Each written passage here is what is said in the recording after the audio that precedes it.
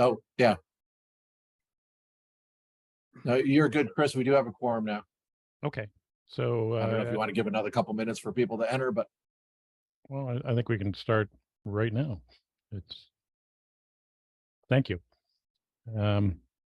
So let's call the meeting of Wednesday, July 19th, 2023 of the CCRPC to order at 6 o'clock.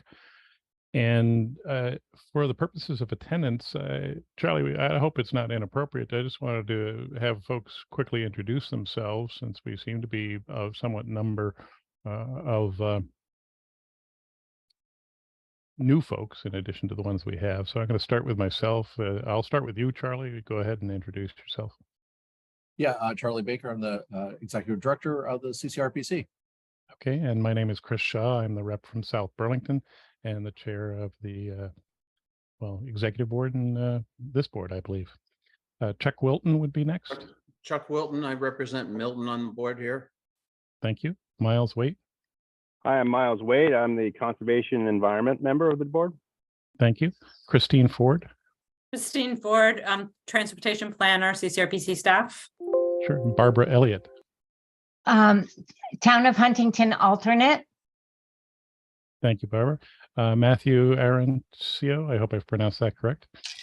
Yeah, you did. Matthew Arancio, VTrans, and I am the liaison to the to CCRPC and also do the MPO voting business for VTrans. Thank you. And Forrest Cohen. Hi, everybody. Forrest Cohen, RPC Business Office.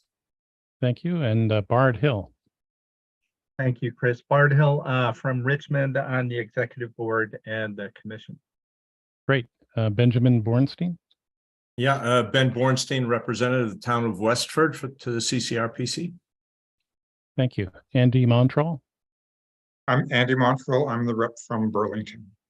Thank you. Taylor Newton. Taylor Newton, I'm the planning program manager at CCRPC. Thank you. Andy Watts. Which one? Essex Town. Thank you. Yeah, I'm Andy Watts from Essex Town, representing Essex Town. Thank you. And Marshall Distel. Hi, everyone. Marshall Distel, CCRPC staff. Thank you, Marshall. Catherine McMains, our former chair. Thank you.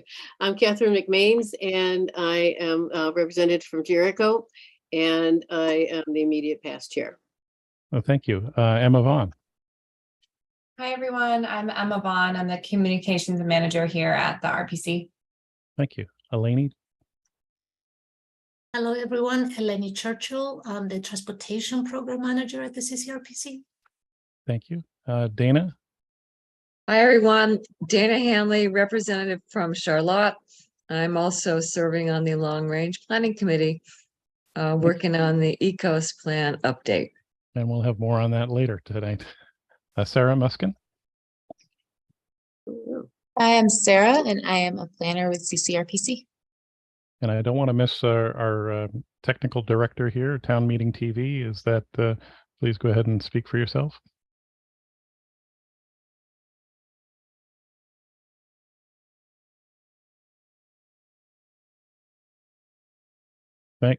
Thank you, Scott, for recording this for posterity and review for those of us who aren't here tonight. Elaine Haney. Hi, Elaine Haney, representing Essex Junction. Thank you. Ann Nelson Stoner. Ann Nelson, Equity and Engagement Manager for CCRPC. Thank you. Melanie Needle. Hi, Melanie Needle, Senior Planner at CCRPC. Thank you. And Andy Watts on the phone from Williston, to be distinguished from Andy Watts from Essex. Good evening, everyone. Andy Watts, like I said, from Williston. I am not to be confused with Andy Watts from Essex Town, although he's a lovely man. Thank you, Andy. And not to be confused with Elaine Haney from Essex Junction, now separate from Essex Town. Jackie Murphy. So I'm sorry, my camera is not working for some reason, so you can't see me, but I'm from Colchester. I'm on the executive board, and I am also on the town select board. And thank you. And Mackenzie Spear. Hello, everyone. I'm Mackenzie Spear. I'm the business office associate at the RPC. Thank you. And Bruce Wilson. If you can unmute Bruce, Commissioner Bruce. Yes, so Bruce Wilson, Chittenden County Regional Planning, and Commissioner for the state of Vermont, and Human Rights Commissioner, and Municipal School District, Anti-Racism Community, Greenmount Transit, and a lot of other things. So I guess I'm hoping I'm answering the right question, because I just tuned in. But you did great. We were just introducing ourselves, and thank you, Bruce. M. Langham. Hi, Matthew Langham, Vermont Agency of Transportation, Finance and Admin Division. I work with RPC staff on the TIP. Great, thank you. We'll be having more on the TIP later tonight. There's one phone participant, 802-324-4642. Can you identify yourself, please? Unmuting. If not, we'll keep an eye on you. All right, so let's proceed. Any changes to the agenda? Any additions, deletions, or so on? Not from staff. Nope. Okay.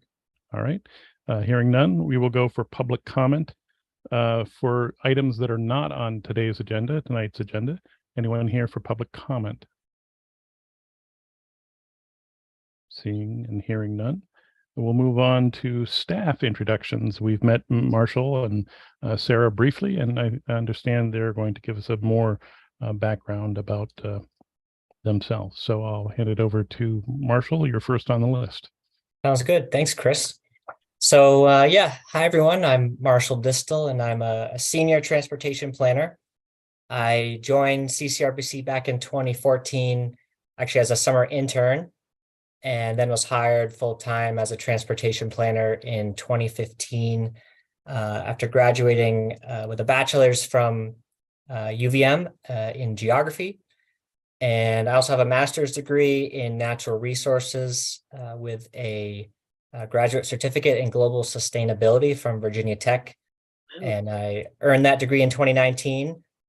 As I was working through that Virginia Tech program over the course of a couple of years, I maintained my position with CCRPC and completed some both virtual and in-person courses, which included coursework in both India and South Africa. And they kind of focused on challenges related to rapid urbanization, climate change, economic inequality. So it was a pretty amazing program. And I'm very appreciative of CCRPC's support as I work through it. So yeah, while I've been at CCRPC, I've really been involved in a wide array of projects and programs. I manage local and regional transportation studies from everything from roadways and intersections, park and rides, and bike and pedestrian facilities. I also manage our unified planning work program process and also lead our public transit planning efforts with GMT. And I've also, previously been involved in other things like emergency management work, local DRB review assistance, some water quality projects, grant writing for build and raise grants, and often work on large countywide initiatives. For example, like Chittenden County's functional classification system update and NHS update. I led those initiatives. There's plenty of other studies and projects that I've been involved with over the years, but that seems like a fairly good snapshot of my role at CCRPC. I'd also say just, as a planner, I've become really passionate about working to, support the growth of walkable communities, especially in our downtowns and village centers. I think that, strong and vibrant communities, they attract people, investment, opportunity. I think that focusing investments here not only, helps create just a better sense of place, but it's really essential for a community's, overall livability. And I feel that, one of the most powerful tools that we have to combat climate change involves building more communities centered around walkability.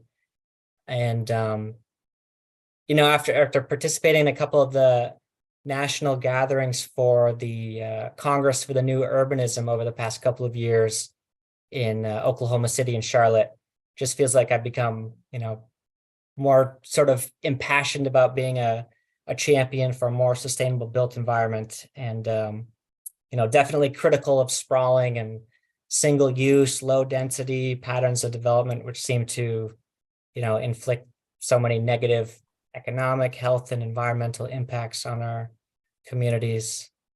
So yeah, that's, a little about who I am and what I'm passionate about, and happy to answer any questions if anybody has any.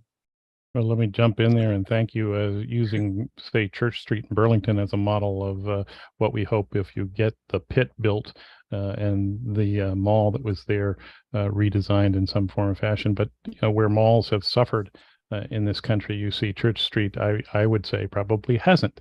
it's probably remained as vibrant as anything. So we would hope to do the same in South Burlington. And I constantly am trying to grab the ear of our planning commission and ask them why we put a street with parking straight down the middle of city center, replicating something from 50, 60 years ago.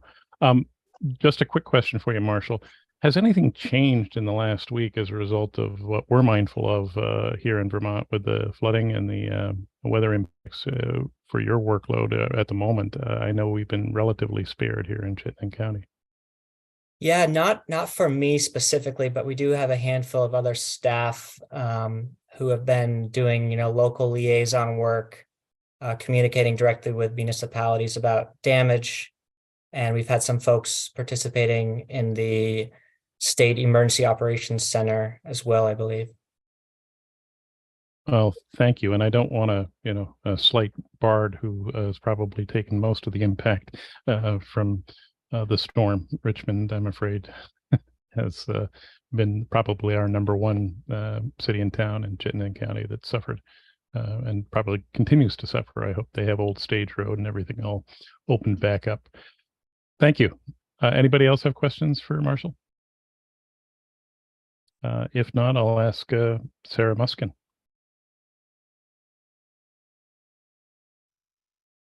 Hi, everybody. I'm Sarah. My intro is going to be significantly shorter because it is my day 8 on the job. So brand new planner here, getting up to speed with all the projects and really excited about everything I've learned in the first weekend, 3 days. But yeah, my background, I just graduated in 2022 with a master's of public health, and I really focused during that program on environmental justice issues and health equity issues. But I did take almost all of my selective courses at the urban and environmental planning department at UNC. So that's where I did my graduate studies. And also while I was in my master's of public health program, I focused not my studies, but my professional life on housing justice, and did some housing work both with the county, so Orange County in North Carolina, and also at a nonprofit. Prior to grad school, I come from a sort of nonprofit background, mostly waterkeeper, riverkeeper, environmental nonprofits. But like I said, also have some of that housing work nonprofit experience too. And then my undergrad degrees in environmental studies. Yeah, so like I said, really brand new to the job and excited to be here, but happy to take any questions. Well, thank you and welcome, Sarah. I'm sorry we had to have this major event and storm to bring you into the state on top of, but we look forward to it. It sounds like you're well aligned with Marshall as far as the urban planning is concerned, looking for density, walkability, and creating fewer barriers to folks. One of which is having to have a car and commute into work and facilities and places that, make it difficult. Anybody else have questions for Sarah? Seeing or hearing none, I'm going to move on to agenda item 4. We don't have any consent agenda, so we're going to quickly move on to approval of minutes for June 21st. 2023, which are in your packet. I'll need a motion to approve the minutes with any subsequent edits. Move to approve with corrections. Thank This you, is Andy. And I'll need a second. I'll second. Thank you, Catherine. And I haven't. Do you have some stuff? I haven't edit. And you may feel like you've had 20 years of service once you're through, but on the other hand, I was picking up on that too. Thank you for correcting that. I remember signing just 10 years of service, but we do appreciate, the longevity of the board members. It speaks a lot of how people care about Chittenden County and their towns. Catherine was referring to page 2, line 30, where I was recognized for 20 years of service. In fact, I was recognized for 10 years of service. So hopefully we can make that correction. Were there other corrections, Catherine? No, I thought that was the only one. And does anyone else spy any other corrections? Okay, we have a motion with these corrections and a second. I'm going to ask everybody to please raise your hand if you approve. And everyone, thank you. Aye. Aye. Thank you, Andy. I for also, speaking up. Jackie. Appreciate it, Jackie. Is there anyone opposed or anyone abstaining? Please speak up. Okay, the motion passes unanimously. I'm going to hand the fiscal 24, 27, is that correct? 24, 27. Yes. Tip plan over to, was that Christine? It sure is. All right, I'll hand that over to you. And it looks like we have 3 action items. So should we start with opening the public hearing at this point or wait till after your presentation? Charlie? That's a Charlie question. Yeah. Yeah, sure. We can open the public hearing. And I did see one resident, looks like he's in here, that joined Romeo von Herman. So I don't know, we may have some public comment. I don't know if you want to take a public comment right now, Chris. I would. I don't see the full screen. You're handling it for the presentation at the moment, so I'm not able to quickly navigate around the faces, the Hollywood squares to find extra people who are online. But let's first things first. I need a motion to open the public hearing for the tip for fiscal year 24 through fiscal year 27. Is that correct, Charlie? Yep. So moved. Also move. I heard Jackie. Was that you first? That was Elaine. Elaine, I apologize. Thank you, Okay. Essex Junction. And who was the second? Was that Andy? That was me, yes. But I'll Andy second. Williston. Thank you, Andy Williston. Well, as opposed to Andy, oh gosh, try me on this one. Essex. There we go. I'll get these Andys squared away. All right. So we've had a motion. We've had a second. Any discussion? All those please in favor, raise your hand or say aye. Aye. Anyone opposed? Aye. Anyone abstaining? Okay, so the motion passes. Our public hearing is open. Let me check in with Mr. Romeo von Herman. I apologize. Are you there, Mr. von Herman? Mr. Yes. Can you hear me? Sure. Fantastic. So thank you for opening the floor for public comment. So I'm just here honestly to listen rather than talk, considering this is my first time attending this.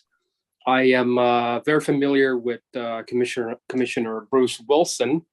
So this is my first time attending, so I just want to be more listener than anything else. A quick background of me: I work at the GMT as the Stations and Customer Services Supervisor. I've been doing quite a little bit of observation when it comes to how our streets are and the shape they're in more than anything else. I'm not going to comment at this time because considering that this is my first time, I just want to, like I said earlier, listen more than talk. So thank you again for opening the floor to me. I guess I might be the only person here. But beyond that, thank you for all the services y'all do, and I'm glad to be part of the public conversation. Thank you. Well, great, and thank you for introducing yourself and bringing your experience at least to eyeball what we do here. GMT certainly is the rubber meeting the road when we talk about a lot of the improvements and efficiencies that we're trying to generate around Chittenden County. So it's great to have someone who's right there and can see what's going on. I know in South Burlington, we too often try to change the paving budget to expand the regular budget. And I've always felt that's a detriment to the better operations, especially when you see what happens after a winter in Vermont. All right, I'm sorry to delay, and we'll get over to Christine in the presentation. All right. We'll do this again. We'll give this a new start. Does everybody hear me okay? I hope. Yes. Okay, so we're here to talk about the federal fiscal year 24 to 27 Transportation Improvement Program. As Chris said, the TIP is one of the documents that CCRPC is required to prepare. The others are the Metropolitan Transportation Plan, the Annual Work Program, the UPWP, and a Public Participation Plan. The tip, just this slide is just meant to orient us in where this fits in with our planning process, which really starts with our long-range transportation plan where we're setting goals, objectives, visions, and from there we get into the work that we do day to day, the transportation staff, of identifying issues, problems, doing corridor studies, doing planning studies, doing scoping studies, and then it all feeds into this funding plan, which is the tip for moving projects from a concept into design, right-of-way construction. So the tip is a list of projects. It is a fiscally constrained list, which means that we have a limit that we can program to. So this funding limit is really developed in cooperation with VTrans. So it's not a set dollar amount each year. It changes every year, and you'll see an example of that later. Based on projects that are ready to go, the state is balancing the federal funds across the entire state. So it doesn't all come to us, but we have the portion that ends up being in the tip. The tip has to be 4 years, and it must be updated at least every 4 years. We have typically updated it every year. The tip authorizes obligation of federal funds. That's just Federal Highway's way of saying that funds are then set aside for projects that then they use to pay down all of their bills and bills. So this top sentence is out of the federal regulations, and the tip must be based on a continuing comprehensive transportation planning process carried out cooperatively by the state, the MPO, and transit operators. So basically the federal government just wants us all to work together for the benefit of the county. Projects in the tip have to have completed or be nearly completed the planning process. So the money has to be spent in the year that it's shown. So if projects are not ready to spend the money, they just waste the slot. Projects have to have funding, so funding sources have to be identified, and projects also have to be in the Transportation Capital Program, which is VTrans's budget. They're the implementer of most of these projects, so projects also have to be listed in the tip, in the capital program.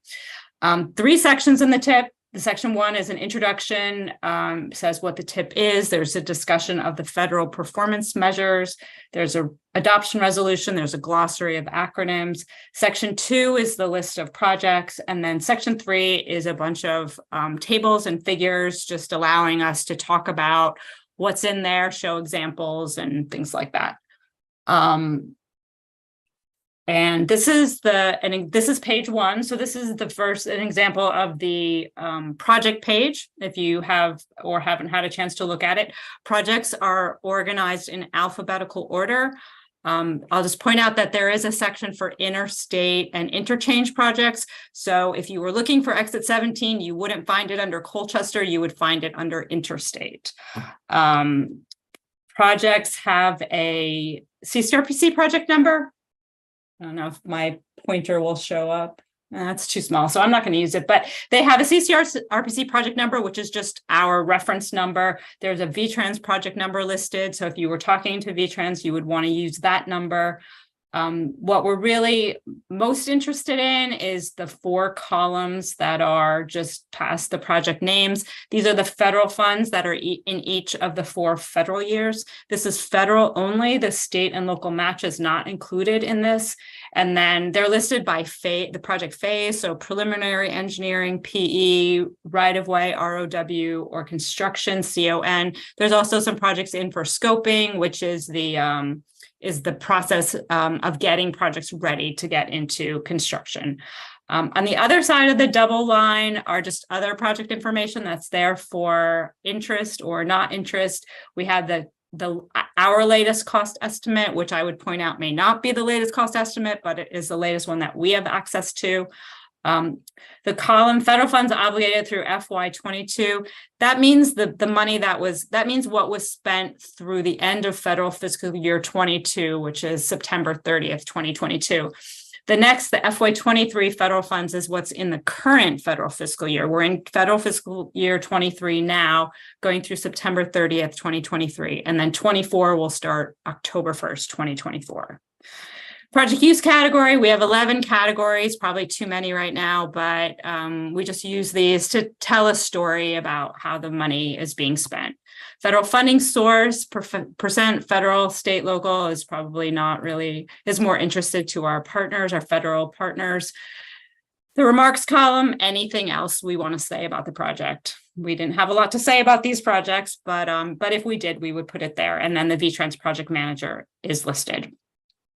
So before we go any further, what I wanted to point out is some changes that are proposed from what you received back in June.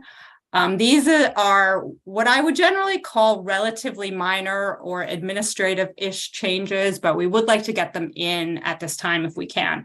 The first one, so what was in the tip for the Burlington-Winooski Main Street Bridge, the project won a federal RAISE grant, Rebuilding American Infrastructure with Sustainability and Equity. And we just put in part of the grant. We didn't have the full spending profile for this project. So in this version, we have added the rest of that money. The second one is truly an administrative item. It's changing funding sources for safety projects. The third one, there was inadvertently left out some funds for Exit 17 in FY24. So that's been corrected. The fourth one, so the Colchester Avenue, Riverside Avenue, Barrett Street in Burlington was in the tip. We had PE funds in there, but that project is really trying to advance so that it can move in the same schedule as the bridge. It's the intersection right on the other side, on the Burlington side of that Winooski River Bridge. So that project is being advanced a little more. So we're going to add a little bit more PE to that project. And the last two are just adding some additional funds for some paving projects. We don't have construction dates yet for these projects, but it's adding some design funds, a Class 1 paving in South Burlington, and then US 2 paving in Williston. So down to the bottom line here, this is a very large tip. 24 has 96.5 million, 25 has 89.5 million, 26 has 85.7 million, and 27 has 55.2 million for a grand total, 326.9 million. So just to give you context, this is the last 10 years of tips. This is not adjusted for inflation. And you can see that we really have a big slog of projects, 23, 24, 25, 26. This is largely driven by a small number of very large projects. There's 3 projects in this tip that are over $30 million. That's Champlain Parkway, the Main Street Winooski River Bridge, and Exit 17. Exit 17 is a complete reconstruction of the interstate bridge as well as intersection improvements at Route 2 and Route 7. And there's also another like 5 projects that are over $10 million. So quite a few large projects. To give you like a little bit of a longer view, and these numbers are not adjusted for inflation, but this further highlights like how large this amount is. And I think we would expect it to go down again after, but this is where we are right now. I'm going to kind of walk through this quickly. The list of projects is going to flash on the screen. If you see anything you want to ask me about, but I'm not going to go into detail about these. We can talk about them later also if you want. So the category, new sidewalks and paths, there's 17 projects in this category, 13.3 million. So these are VTrans Bike and Pedestrian Program Awards and Transportation Alternative Program Awards, and also includes a RAISE grant that was awarded to Burlington for the I-89 pedestrian bridge at Exit 14. Bridge preservation, we talked about before, 60 million, a lot of money in this category, 9 projects. The 2 largest ones, the Main Street Winooski River Bridge, and there's also a US 2 bridge over I-89 in Richmond that has started work right now. And then intermodal, 1 project in this category, park and ride near Exit 17, Jasper Mine Road in Colchester. So the new, I've highlighted these these are sort of similar categories that are separate, but maybe next time we'll put them back together into one. But new facility, major roadway upgrade, there's 3 projects, 53 million. Champlain Parkway we talked about is under construction. Rail yard enterprise in Burlington, still in the design phase. And then Crescent Connector, Essex Junction, also under construction right now. Interstate/interchange, 3 projects, 48 million. So this includes improvements at exit 12 that are just in the planning phase, at exit 16 under construction right now, exit 17 to hopefully begin construction next year. And what's really driving exit 17, I would say, is the condition of the bridge. That bridge needs to be replaced soon. Paving, 11 projects here, 21.1 million. Several of these are wrapping up. There's some new ones coming online too. Mostly state highways, some class 1 town highways. Roadway corridor improvements, 5 projects in this category, what we've called this category, 15 million. So this includes, there's 2 grant projects that Burlington has won. There's the Church Street side streets. And that's, I believe, that's 14 million. And then there's also reconnecting downtown Burlington, and that's a new RAISE grant. We don't have those funds programmed in the tip yet, but we do have it listed. That's another 22.3 million, 22.4 million for Burlington. Safety, traffic operations, and ITS, these are intersection improvements, 16 projects, 39 million. On the right side of the slide, we list the VPSP2 regionally driven projects. So those are projects that were selected through the new project prioritization process that VTrans has. And most of those are just starting the project development process. Transit, 65.4 million. Formula funds from FTA, congestion mitigation, air quality funds, FTA grants, and then elderly and disabled programs. And last category, stormwater environmental.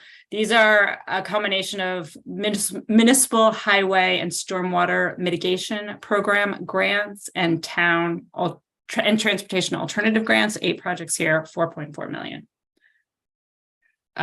This chart just lays out kind of how the categories stand up against each other. Transit is the highest. Bridge we talked about is next.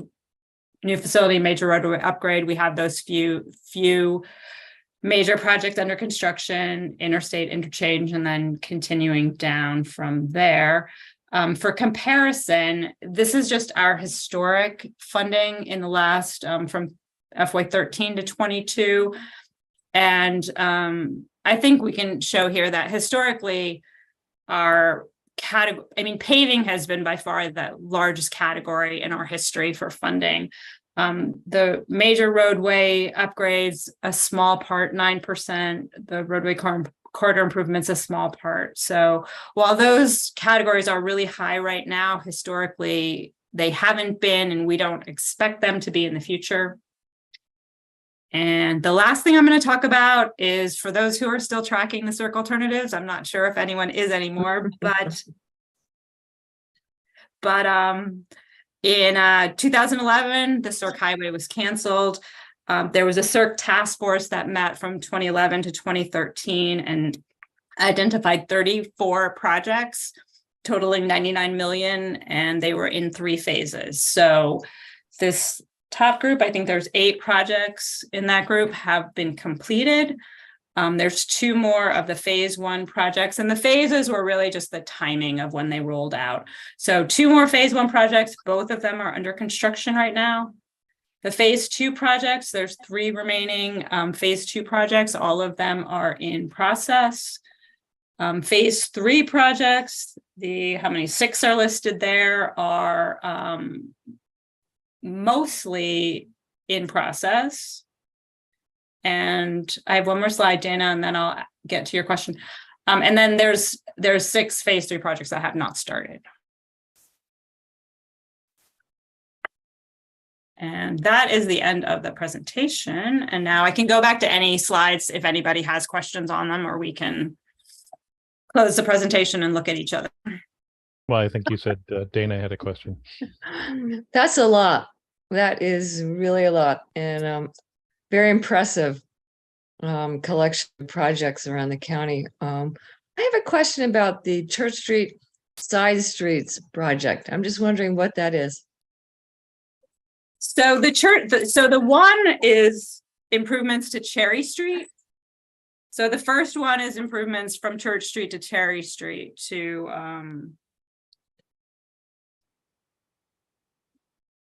yeah, I don't have more written on that, but that is just to do a more streetscape on that one. And the second one is not right here. The second one, which they are called reconnecting downtown Burlington, is going to largely be to do those the two streets that are disconnected by the mall is to reconnect those. Got it. St. Paul and Pine. Thank you. Totally get it. Thanks.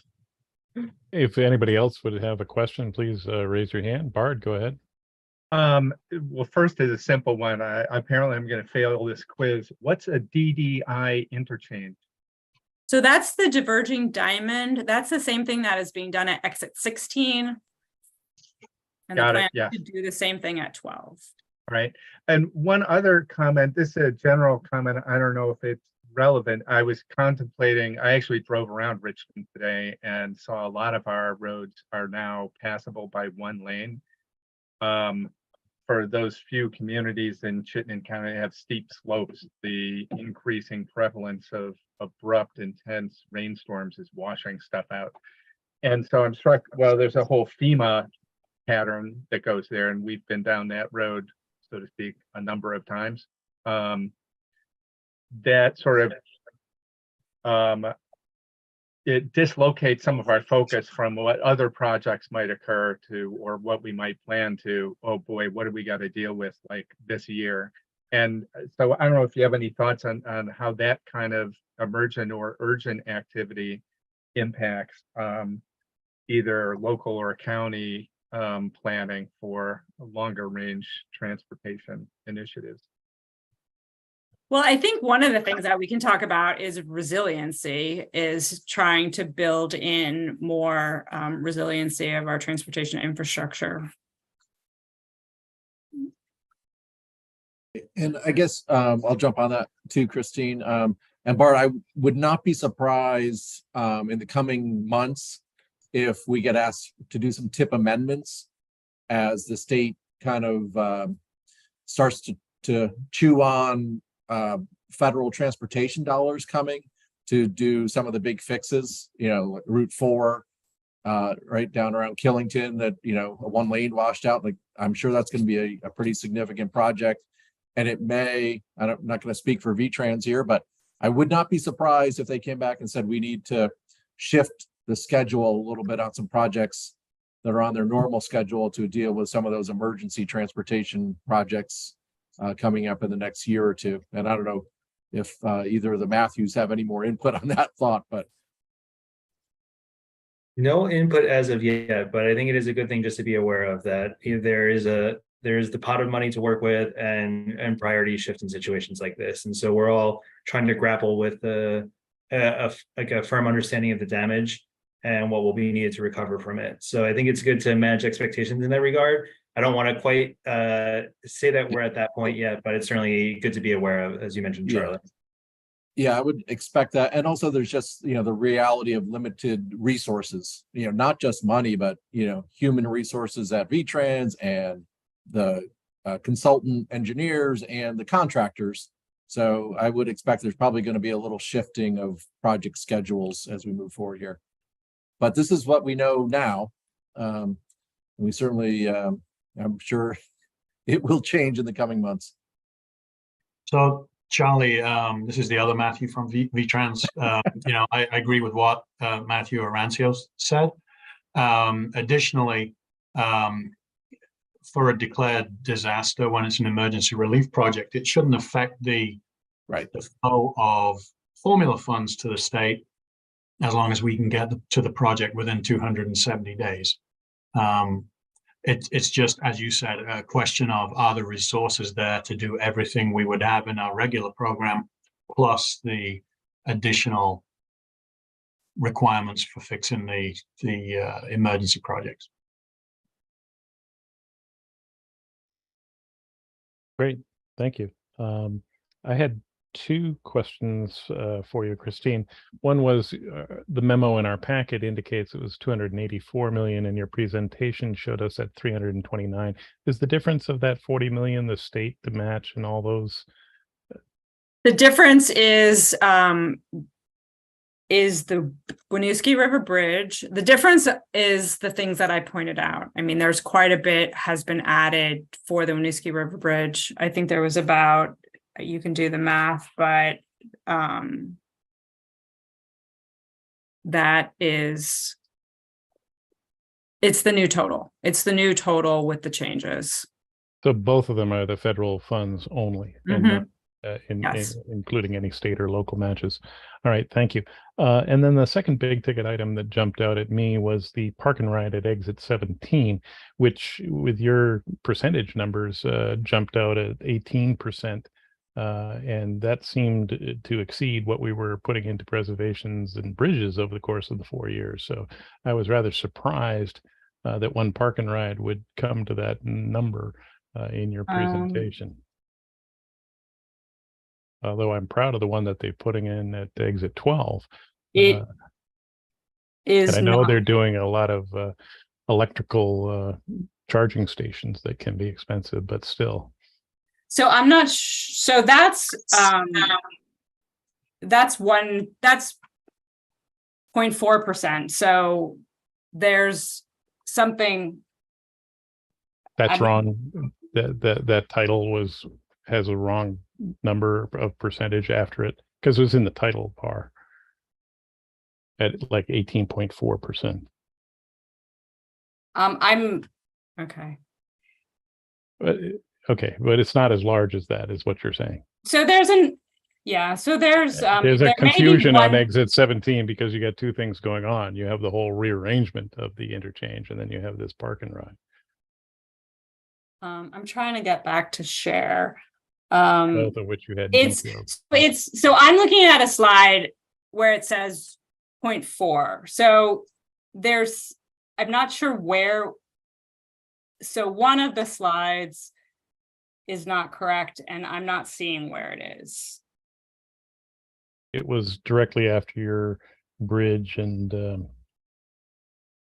you went through the sidewalks and paths. Then you had the bridge, and then I don't have reference to the. Yeah. All right. I think it was.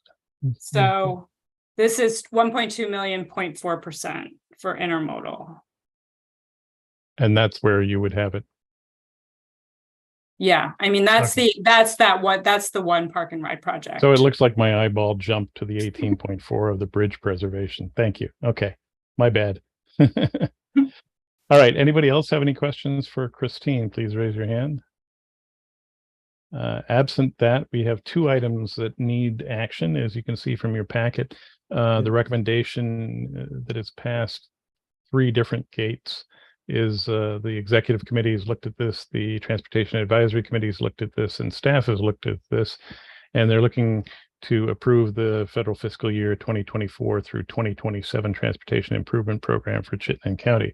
And one caution for this, Charlie, if you would help me on this, as a metropolitan planning organization, anyone voting on this needs to be what, a city and town only? Charlie, help us on that. Yeah, just the municipalities and VTrans. So apologies to Miles and Bruce, but just the municipalities and VTrans have a vote on this. And one clarification to the memo, if we could ask that the motion include the changes that Christine kind of just introduced at the end of her presentation. So I guess approving the tip with the changes as noted by staff.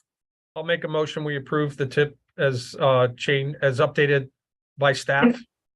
Do you need to close the public hearing first? Oh, I move we close the public hearing. Sorry, I came in a little late because I worked right through the beginning of the meeting. Thank you for that motion. Can we have a second on that? And I'll second again. Thank you. So Jeff has made a motion. Andy has seconded to close the public hearing. Anyone have any discussion? All those in favor, please say aye or raise your hand. Aye. Thank you. Anyone opposed? Aye. Please say nay. And all right, the motion passes. With the public hearing is now closed. So back So to now I'll move, Mr. Chair, that we approve the FY 24-27 Transportation Improvement Program with staff updates. thank you. And I'll second again. Thank you, Andy. Andy. Andy Montrell of Burlington. Any discussion on that? All those in favor, please say aye or raise your hand. Aye. Aye. Anyone opposed, please say nay and or bang on the table. I would just say, as an organization, as an MPO, that I was encouraged to see the project on the Circle Alternative projects, even though I'm not a representative from a CERC community anymore. I was for a long period of time, and it was nice to see that. And I won't forward this to Chris Robb to see all the not started Williston projects in phase 3. So someone got the priority before Williston. Yes. So we have the motion passes unanimously. Thank you. We do need to go through the certification of the planning process. Christine, are you able to speak to us on that? Yeah, and there's one thing that I wanted to, as I was thinking about this, there's one thing that I did want to point out about it. So this is in the federal regulations, the language that's in this certification, it talks about federally protected classes that we need to consider in anything that's funded with federal funds. We're doing a lot of equity work right now in the organization, and I just wanted it to be clear that this isn't to preclude other things. This is a technicality that we need to do for the federal government. That's not saying that we don't want to, it's not our goal to expand it further, but this is the requirements that we're required to do. So that didn't make much sense, but hopefully that did make sense. So are you able to take us through this in table 1? Yeah, so this is, I think it's, do you want to walk through it? Let me try to get out of the presentation. Mr. Chair. Yes. This is a pretty pro forma item. Okay. That we do every year after we approve the TIP. All right. So, I mean, the staff has given us a lot of information for the people that want to delve into the specifics of this. Mm-hmm. So I'm going to make a preemptive motion that we authorize the chair to sign the certification of planning process and forward it to the Secretary of Transportation with our adopted FY 24-27 Transportation Improvement Plan. Fair enough. Unless there are members that really want to dig into the certification of the planning process, which, like I said, this is pretty pro forma stuff. We can find that out in the discussion. Is there a second to that? Barbara seconded. I'm sorry. Thank you, Barbara. Beat you to it, Catherine. So discussion, is there anyone who feels the need to dig deeper at this point? I just had one quick question. Go ahead, Benjamin. Yeah, I just had a quick question. There were references to specific federal regulations and statutes in the document. If that's the basis for all of this, then I think it's pretty clear. So I just wanted to confirm that. Because I read through all of that, and that's, pretty comprehensive. I think we should be able to move forward. Hope you did it at bedtime, Benjamin. Yeah, this is, I mean, sleep is overrated.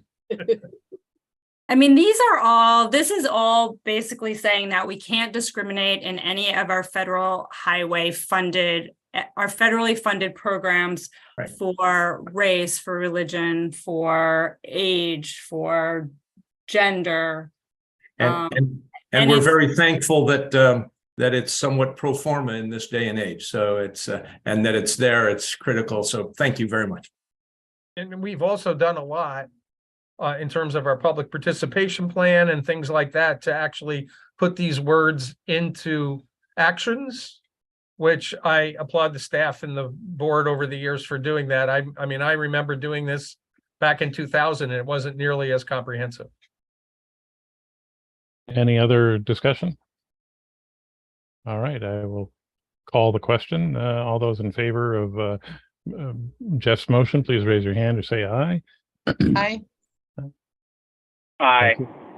Anyone opposed, please say nay.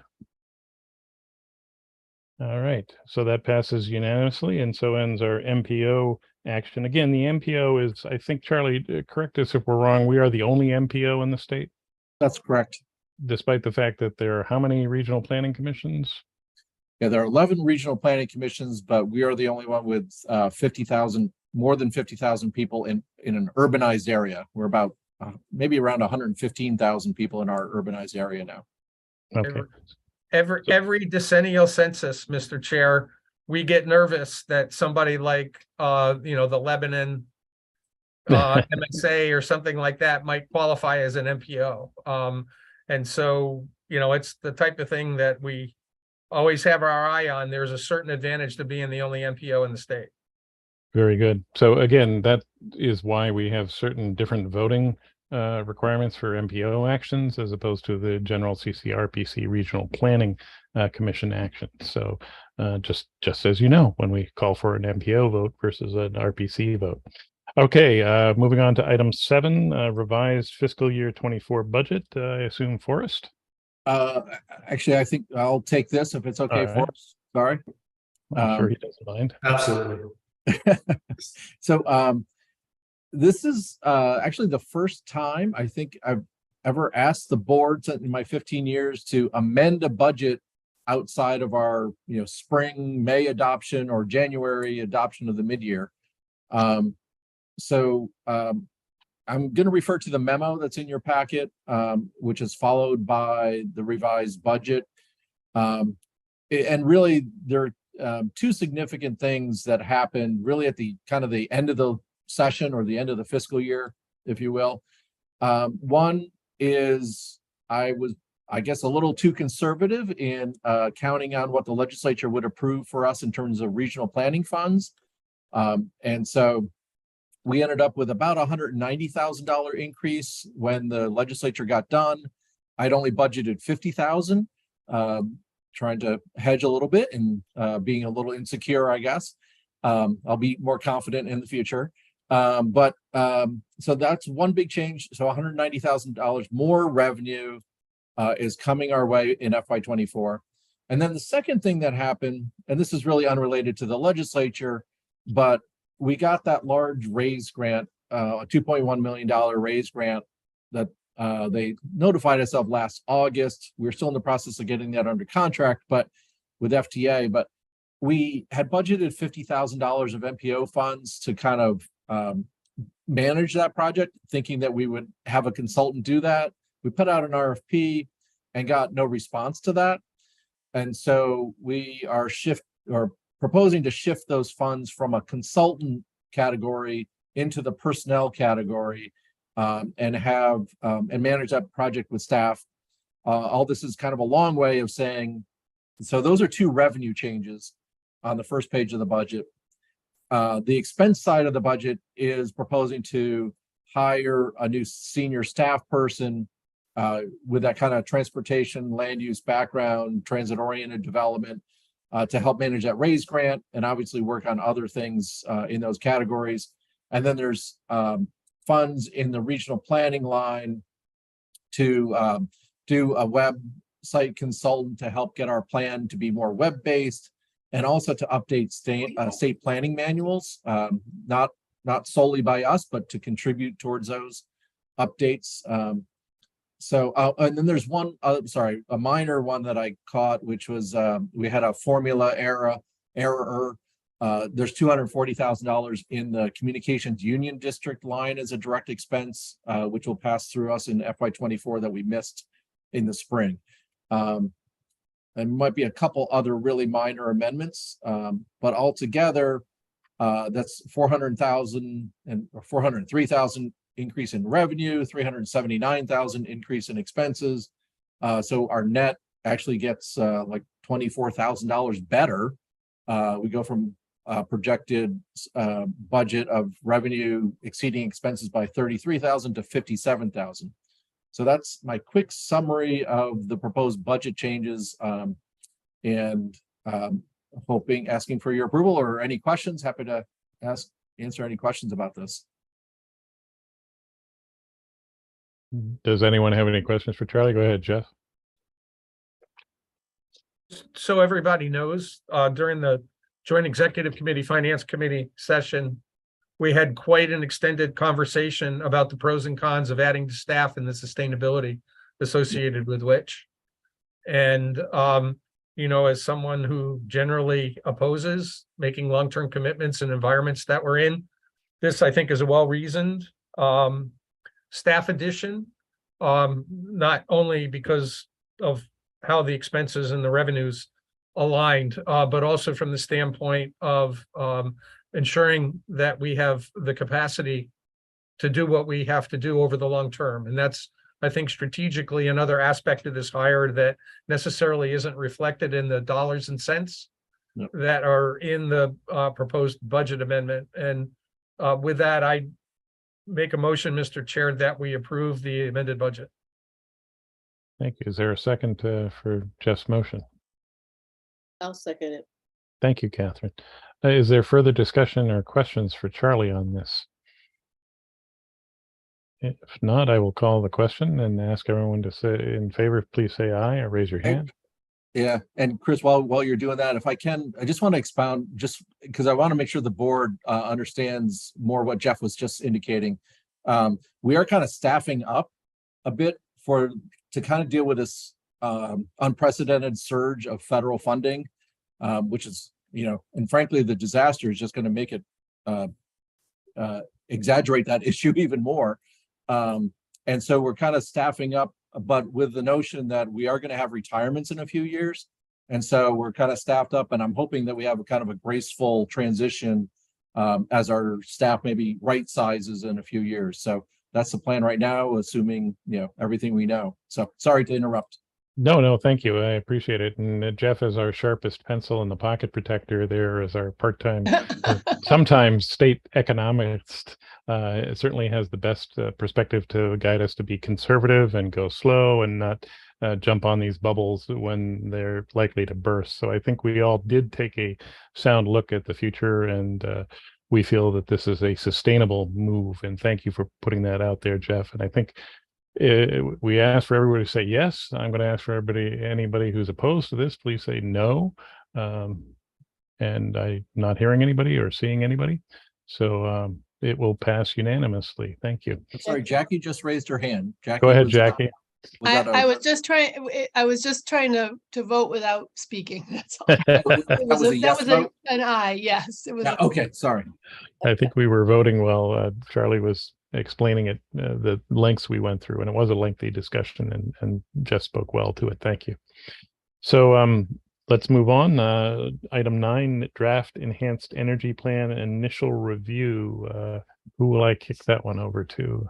I think item 8, the ECOS plan schedule. Oh, I've skipped that completely. Yeah, My and Carol will enthusiasm. speak to these next items. All right, so we are at 8, ECOS plan schedule review. Taylor. Awesome. Thanks, Chris. I'm going to provide a hopefully brief update on where we are with updating the ECOS plan with scheduled adoption in 2024. Then the preview, item number 9, as Chris did, Melanie Needle will check in, and she'll do a little bit of an update on what we've been doing with the enhanced energy plan specifically. And so I know we've got a lot of new board members. So first, just want to talk about our existing ECOS plan, what's in it and what it does.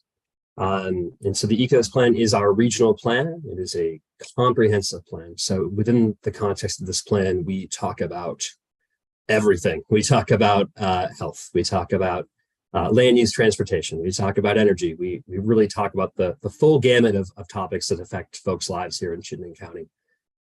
In terms of how that document is organized, we have what we call the main document. Within that main document, we have our Chittenden County vision, 17 specific goals, and 8 strategies that are going to guide us to accomplish those goals, with specific actions listed as well. We also have 6 supplements to that main document. The first one talks about our public process that we use to develop the 2018 ECOS plan. We next have our regional analysis portion, and this is where we have a lot of data about demographics, about change within Chittenden County.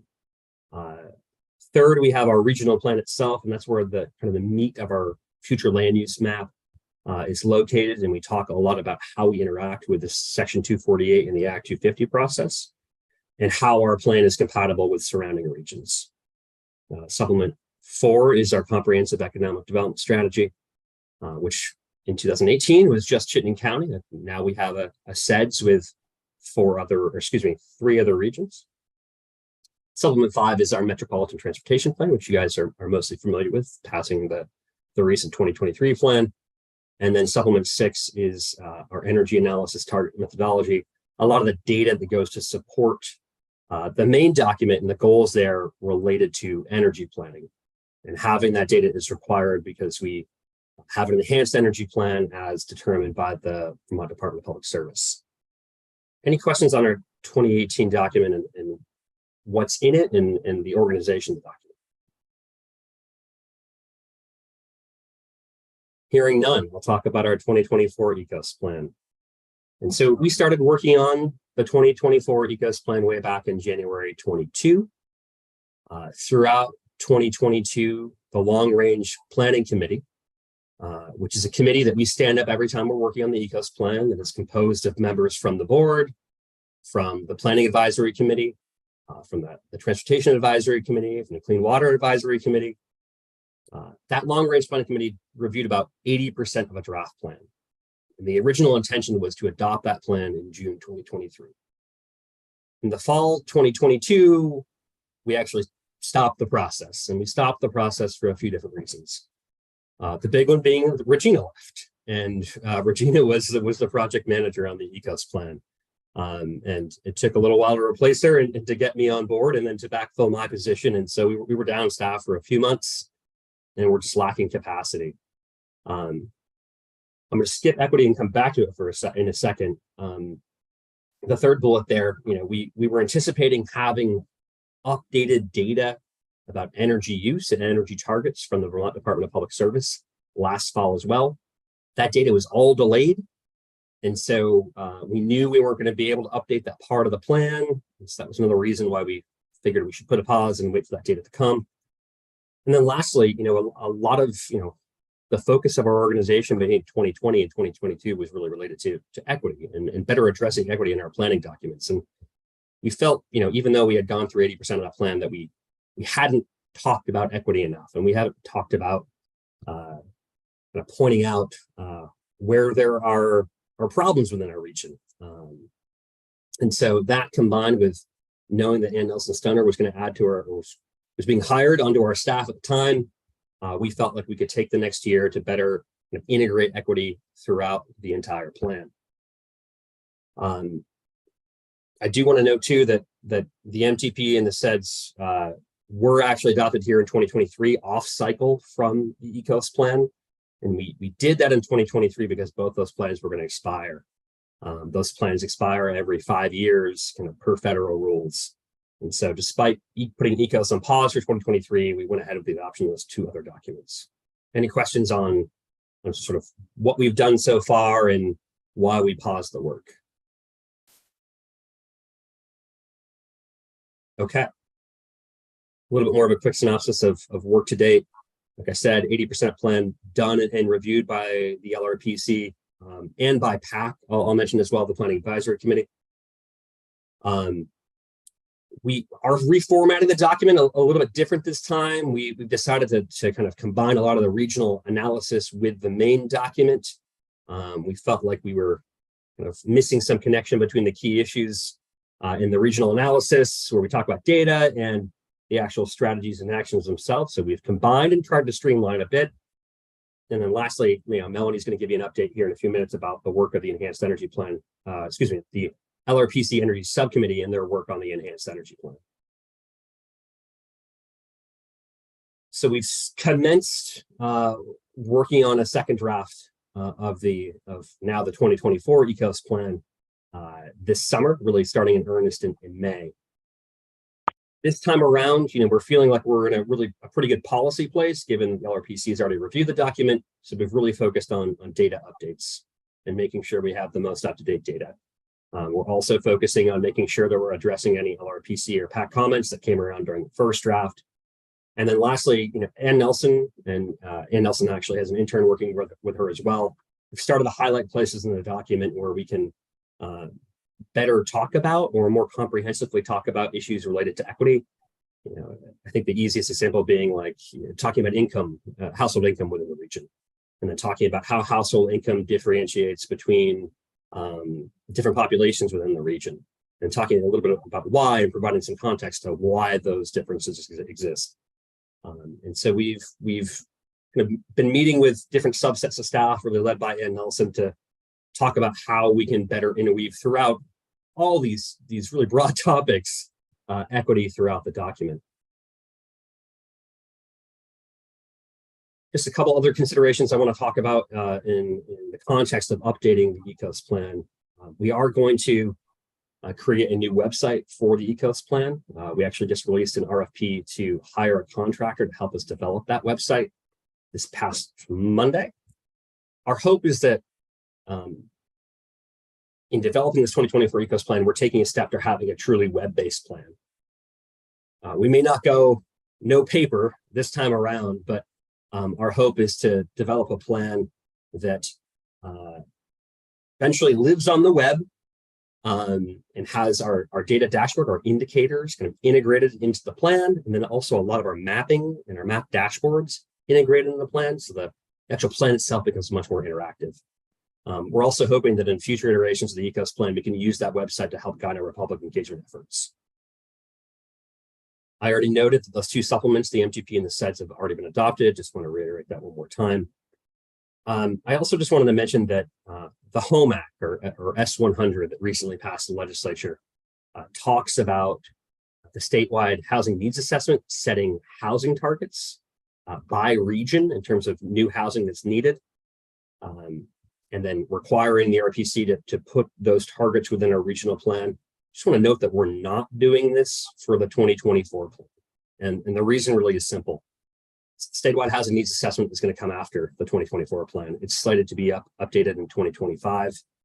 Our thought now, and this could change, is that we likely will do an amendment to the ECOS plan in 2028 to incorporate those housing targets.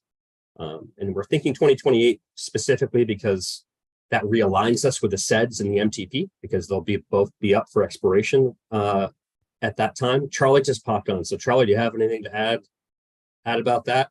All right. Just an idea, but that's what we're thinking, how we're going to approach that particular topic. And so timeline in terms of the board. We've already started to take the second draft to LRPC starting this month. And in taking the 2024 second draft to LRPC and to PAC, we've divided the ECOS plan really into three different sections. There's ECOS prosperity, ECOS people, and ECOS place. And you can see on your screen the key issues we're talking about within each one of those groupings of topics. And so ECOS prosperity will come before the board for an initial review in September, people in October, and place, which probably has the most meat on the bone. Those are big topics. Land use, transportation, energy in particular is going to come before the board in November. And so continuing on with that timeline is, our hope is that time between November 2023 and January 2024, we may do some outreach to some specific partners to get feedback. But we're really hoping to get a solid final draft done to have the board warn the first public hearing in January. Hold a hearing actually in February.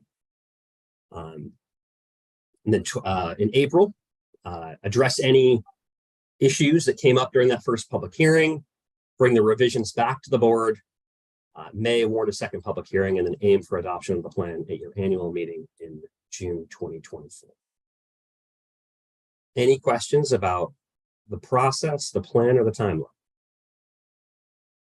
I'm going to jump in if you don't mind, Taylor. I wanted to get a recap, certainly of the building homes together. When you talked about not setting goals in the Home Act, Building Homes Together was targeting 5,000 homes by 2025, 1,250 of which were going to be affordable.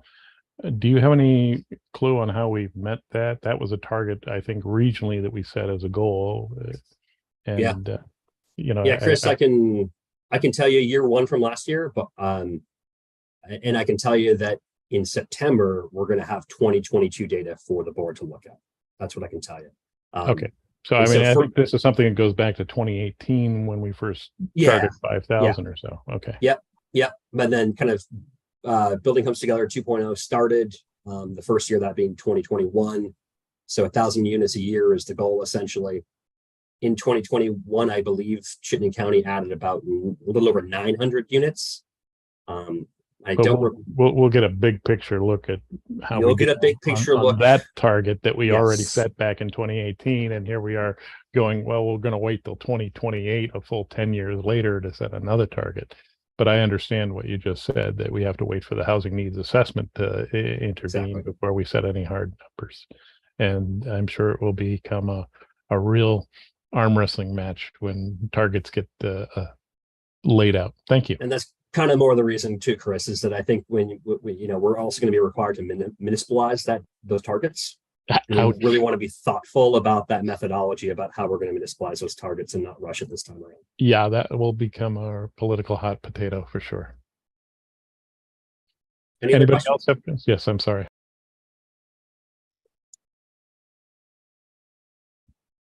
Well, this was just discussion, so if nobody else had any questions, I'll thank you, Taylor, and ask us to move on to Melanie with the item number 9, the draft enhanced energy plan initial review. And again, this is just information. We won't be taking any action on this.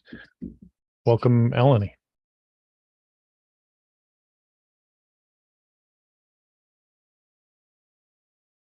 Did we lose Melanie? No, but Can you hear me? Are you yes, seeing we my can. screen? we can. Yes, thank you. Okay, great. Hi, everyone. So this presentation is focused on the enhanced energy plan process that we went through for the 2024 ECOS plan update.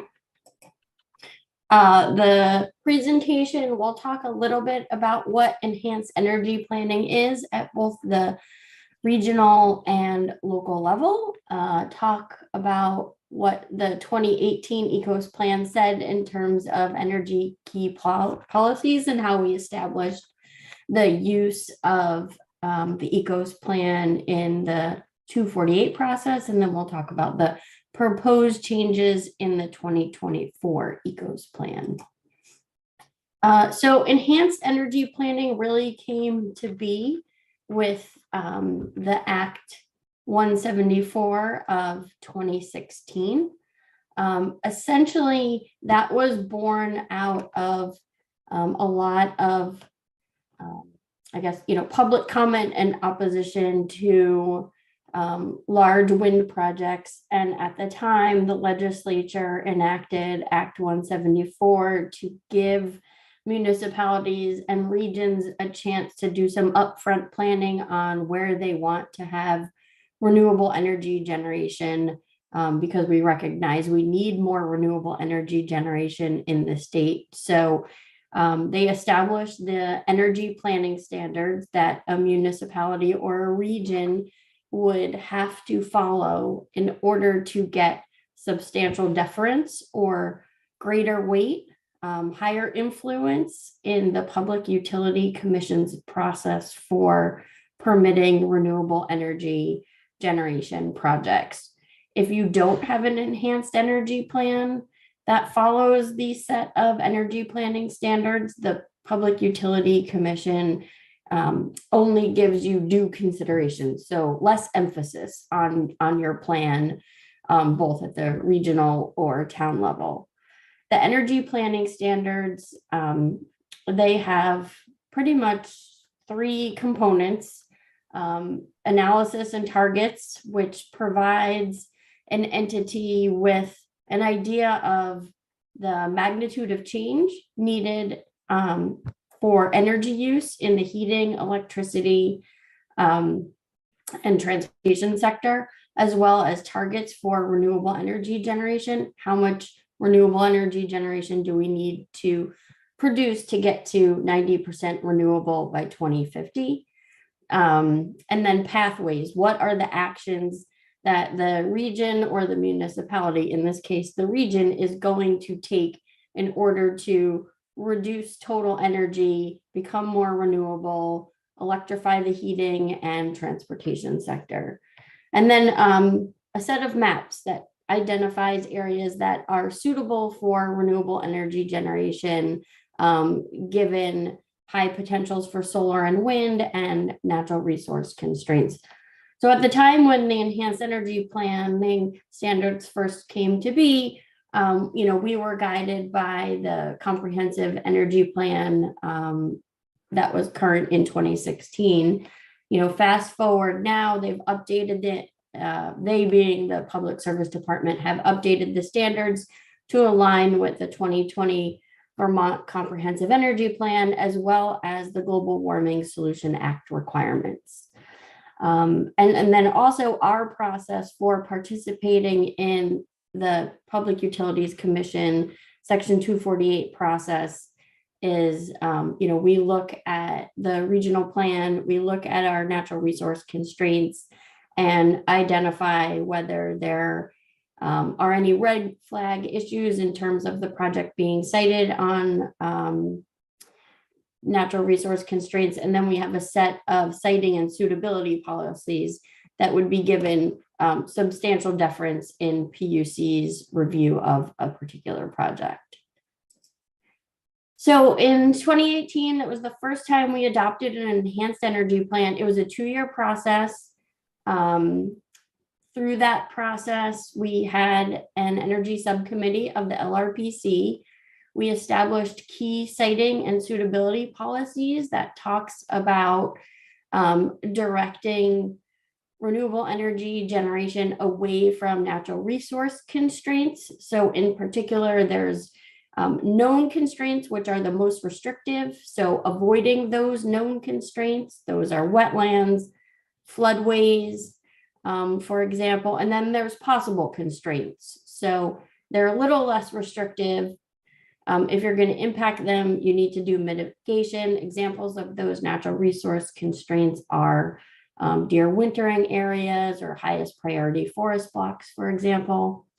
And then the additional siting and suitability policies talk about renewable generation on preferred sites. So that's rooftops, previously disturbed areas, gravel pits, closed land fills, and then just talking about the scale of generation and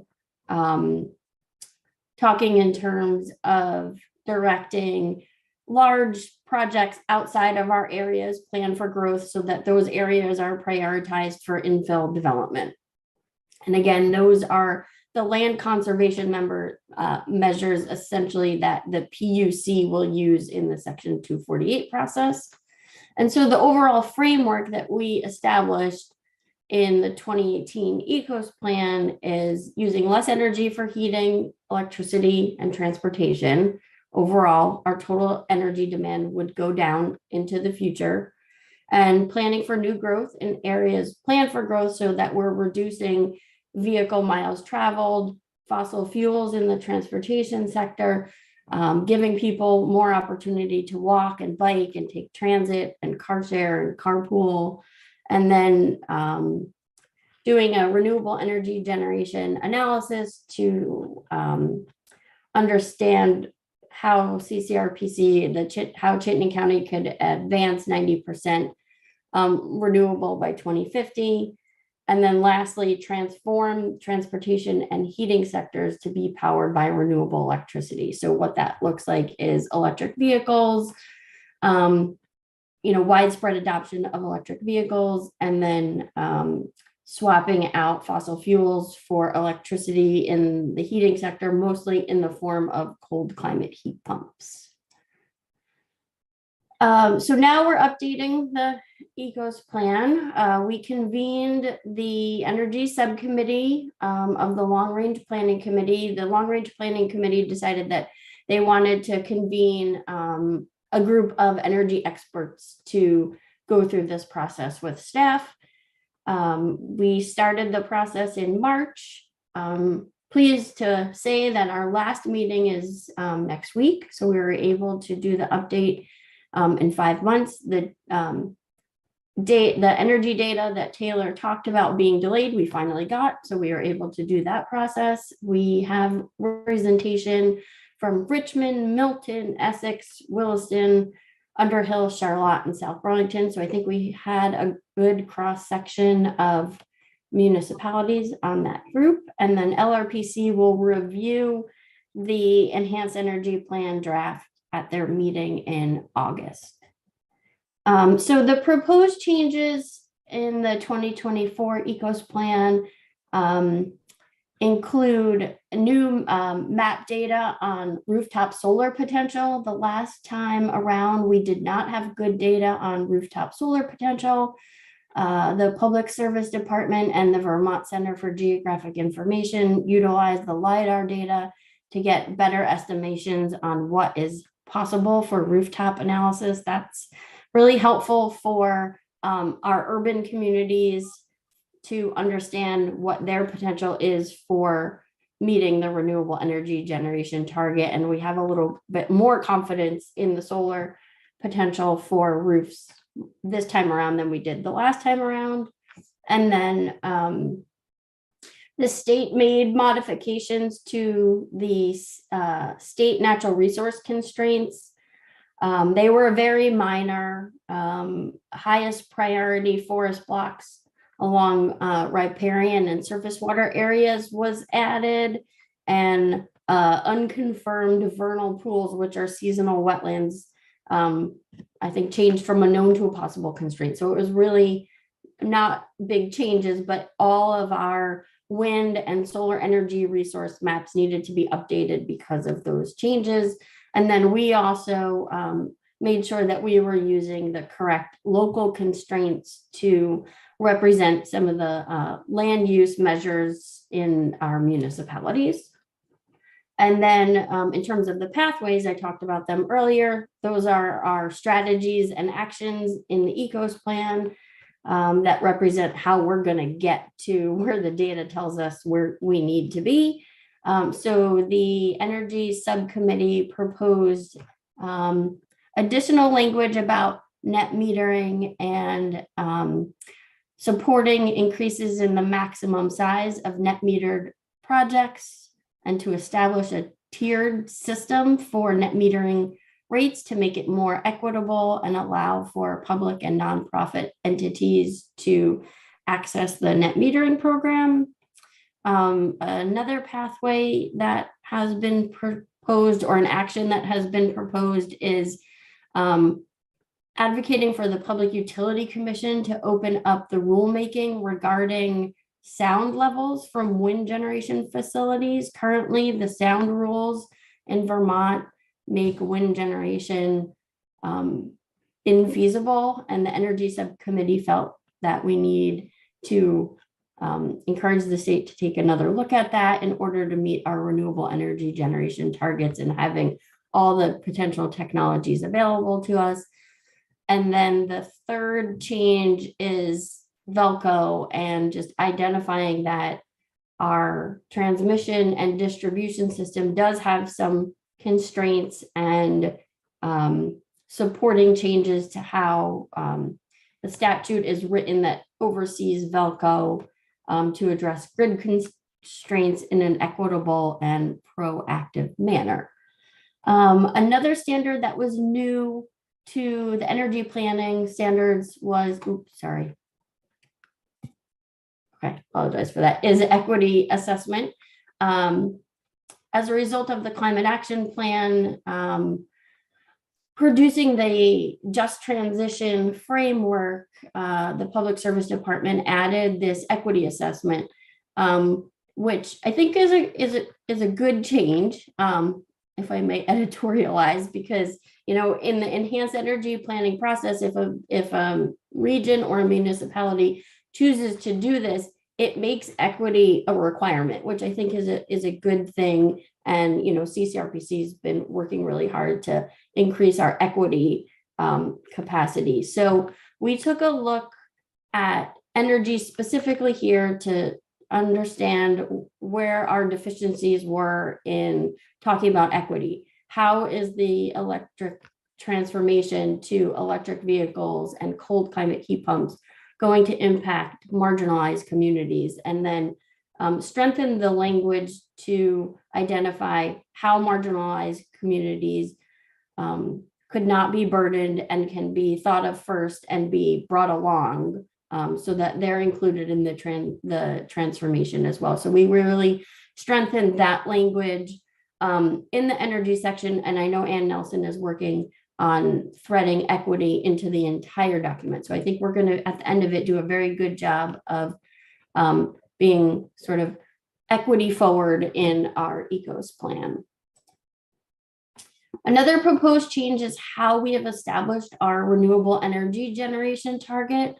So the renewable energy generation target is a required standard. In the 2018 ECOS plan, we had a range. There's a little bit of flexibility in the guidance from the Public Service Department on how to do this. This time around, the Public Service Department gave us a tool, which was very helpful and streamlined the process and made the update a lot more efficient than it was the last time. But the tool only allowed us to do a single target. So you can see on the screen that we are anticipating that Chittenden County needs to plan for about a 57% increase in renewables from where we are today at about 606,000 megawatt hours. We need to increase up to about 954,000 megawatt hours. So that's the target, is the additional increment that we need to add in the region. So that's 348,000 megawatt hours. And then the last part of the proposed changes are the LEAP data. So LEAP is a modeling tool that the Public Service Department did to understand how fuel use is going to change in terms of demand and type in order to meet 90% renewable by 2050 and Global Warming Solution Act requirements, reducing greenhouse gas emissions. So you can see in the top graph, total energy demand from 2015 levels, and 2015 in this graph is modeled. We are planning for almost a 50% decline in energy demand, and this is total energy. So that graph also includes transportation. And then going down to the bottom on the left, right, that's the residential sector final energy demand. And you can see that this is where we see the big transition to electricity in buildings. And then same in the transportation sector, we are seeing also a decrease in demand, but a big increase in electricity. And we're seeing the fossil fuels being phased out in 2050. I should have started with, there was two scenarios that were done. The first one is the baseline scenario, which is business as usual. And then the CAP mitigation scenario seeks to model the climate action plan. So the shorter bars are where we need to be and what we're planning for the climate action plan mitigation scenario. So that is just a really quick overview of the draft enhanced energy plan. Happy to take any comments and questions, and also just wanted to share the link where all the energy subcommittee information is. Feel free to follow along, see what our process has been up to this point. So I'm going to stop sharing my screen and wonder if anyone has any questions. I think, Melanie, you mentioned in your memo that we're going to be getting a deeper dive on this on the October board meeting. And all of this is part of the second draft. We're getting a closer close-up of the enhanced energy plan, which was being included in the second draft that Taylor had referred to in his previous presentation. So, I mean, this is good stuff. I think I'm intrigued by one of the pathways that looks for the sound levels of wind generation, because I know from my experience with Milton and all those places that having a decibel level of 40 decibels or something is often the low bar that they can't exceed, which makes it somewhat impractical in any populated area. And yet, you know, we have our own airport here in South Burlington that happily pumps out 115 decibels, grant you not continuously as long as the wind flows, but there is some variation there that people will use as a block or barrier to things of that sort. Questions for Melanie? Hearing none, we'll move on. Thank you very much, Melanie. We'll look forward to more in October. The economic development introduction. Who's doing that, Charlie? Back to me. All right. This is to build on the CEDS, the Comprehensive Economic Development Strategy. Now we have to, you know, stop doing it ourselves and start doing it with other people. That's exactly it, Chris. You guys see presentation view. You guys don't see display or presenter view, do you? You see the full screen? Excellent. So, as you folks recall, CCRPC adopted a comprehensive economic development strategy in cooperation with 3 other regions, Central Vermont, Addison County, and Rutland, I think back in either February or March. And so that was kind of step 1. And step 2 is to consider whether or not CCRPC wants to work with our partners in that same geography to create an economic development district. We're going to talk a bit about what that is and how that may benefit us tonight. I will try to be quick because I know we're running against 8 o'clock. I will not read this totally. I think you folks have a pretty good idea about who the EDA is. It's a part of the U.S. Department of Commerce. And you folks have a pretty good idea about what a CEDS is. It's a comprehensive strategic economic development document.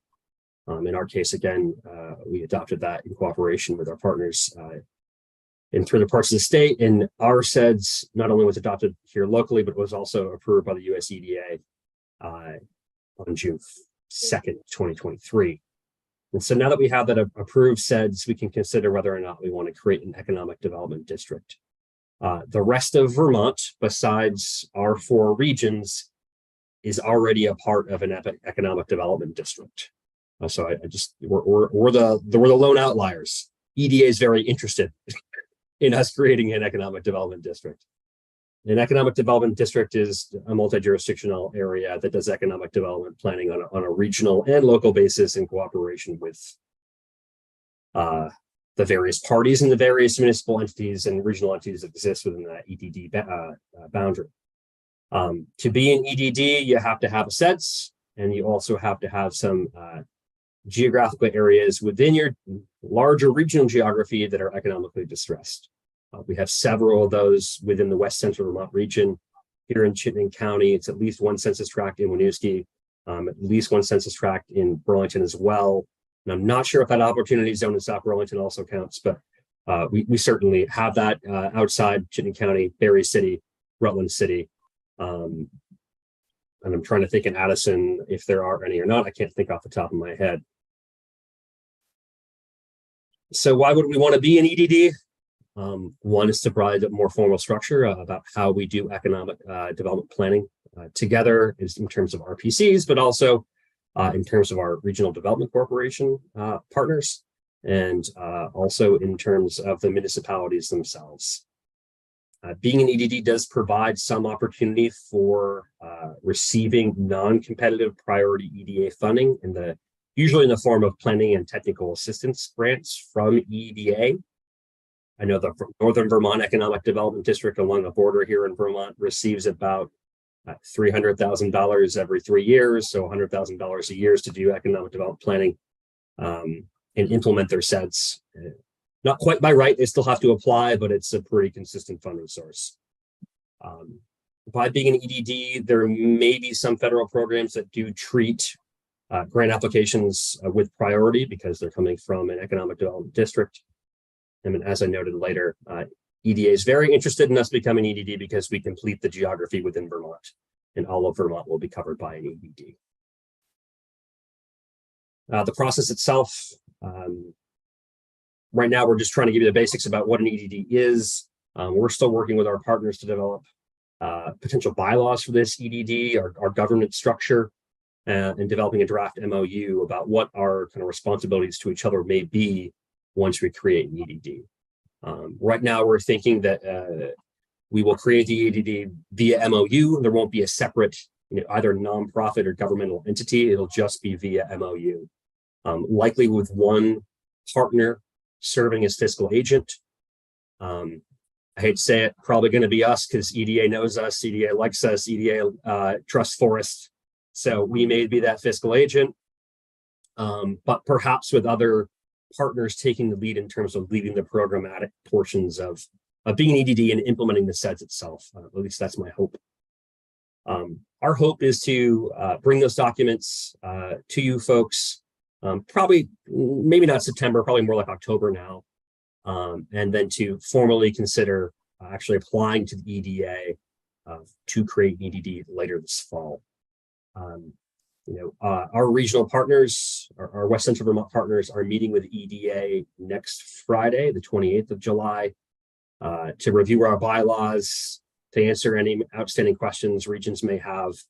And so we're hoping that we've got our documents together in a firm place, and then we can move forward this fall with creation. Any questions from folks about being an EDD, why we may want to create an EDD, what it means for CCRPC in terms of day-to-day life?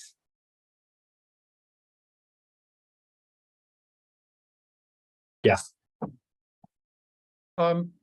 What is the relationship of this with the entity that stretches across northern New England that gets a lot of earmarked funds?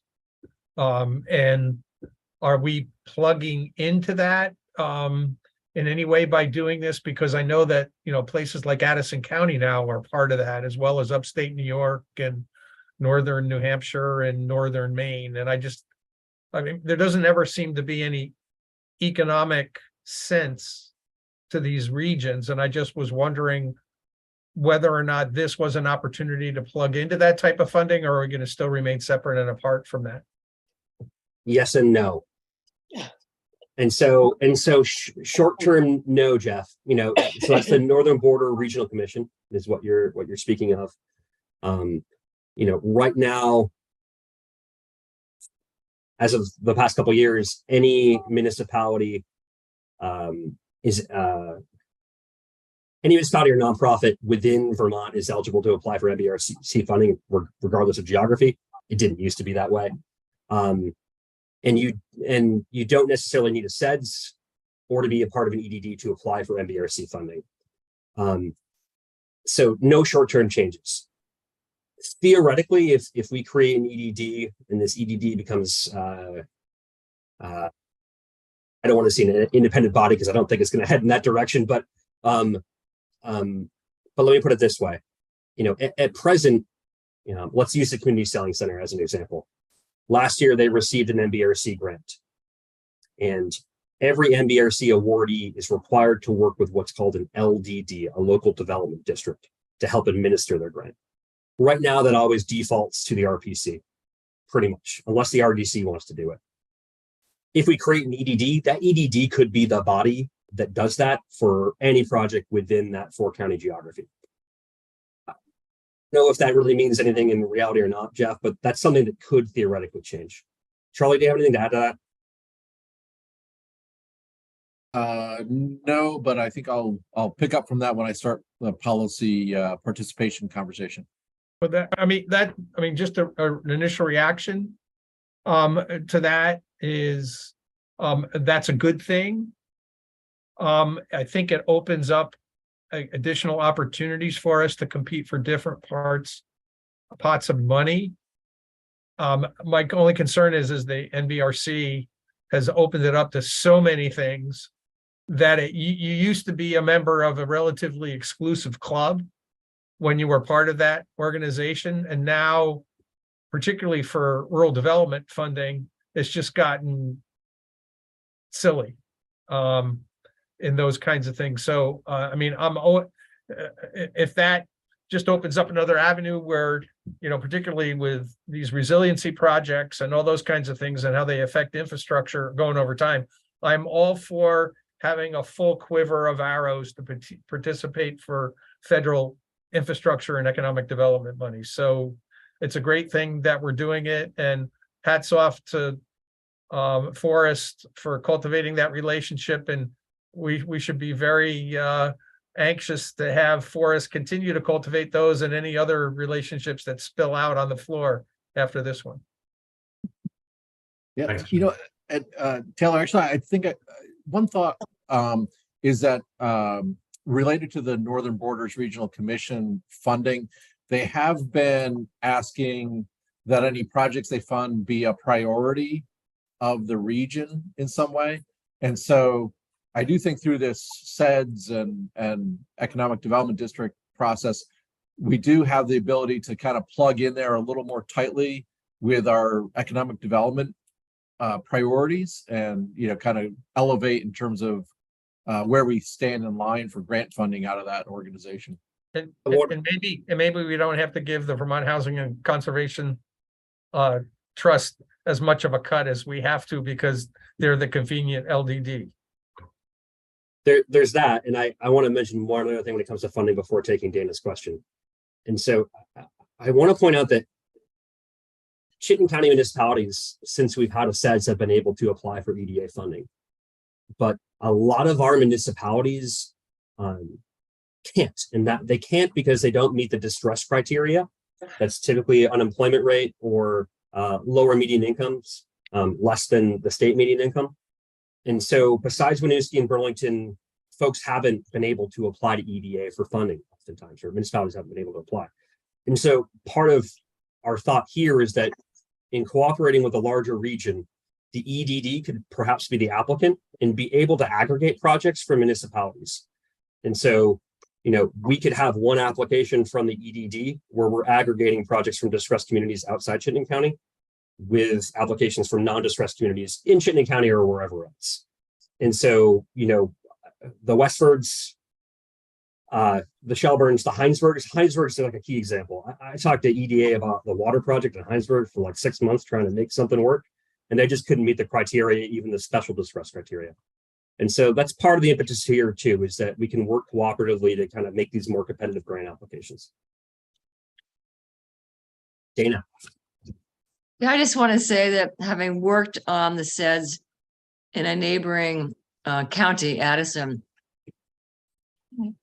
Taylor talks about, you know, doing the SEDS sort of on a casual, like no problem basis, but it was a ton of work, multi years. And Taylor was so awesome. He just led the whole thing, always kept us cool. There were differences in the regions that we had to iron out. Some of the regions, you know, had different feelings about the Act 250 component of it. And so this all had to be finessed. And so there's much more that went on behind the scenes, and Taylor should really be complimented. Thank you. Thank you, Dana. I appreciate it. That's great. Thank you, Dana. And it's heartening to hear from Taylor.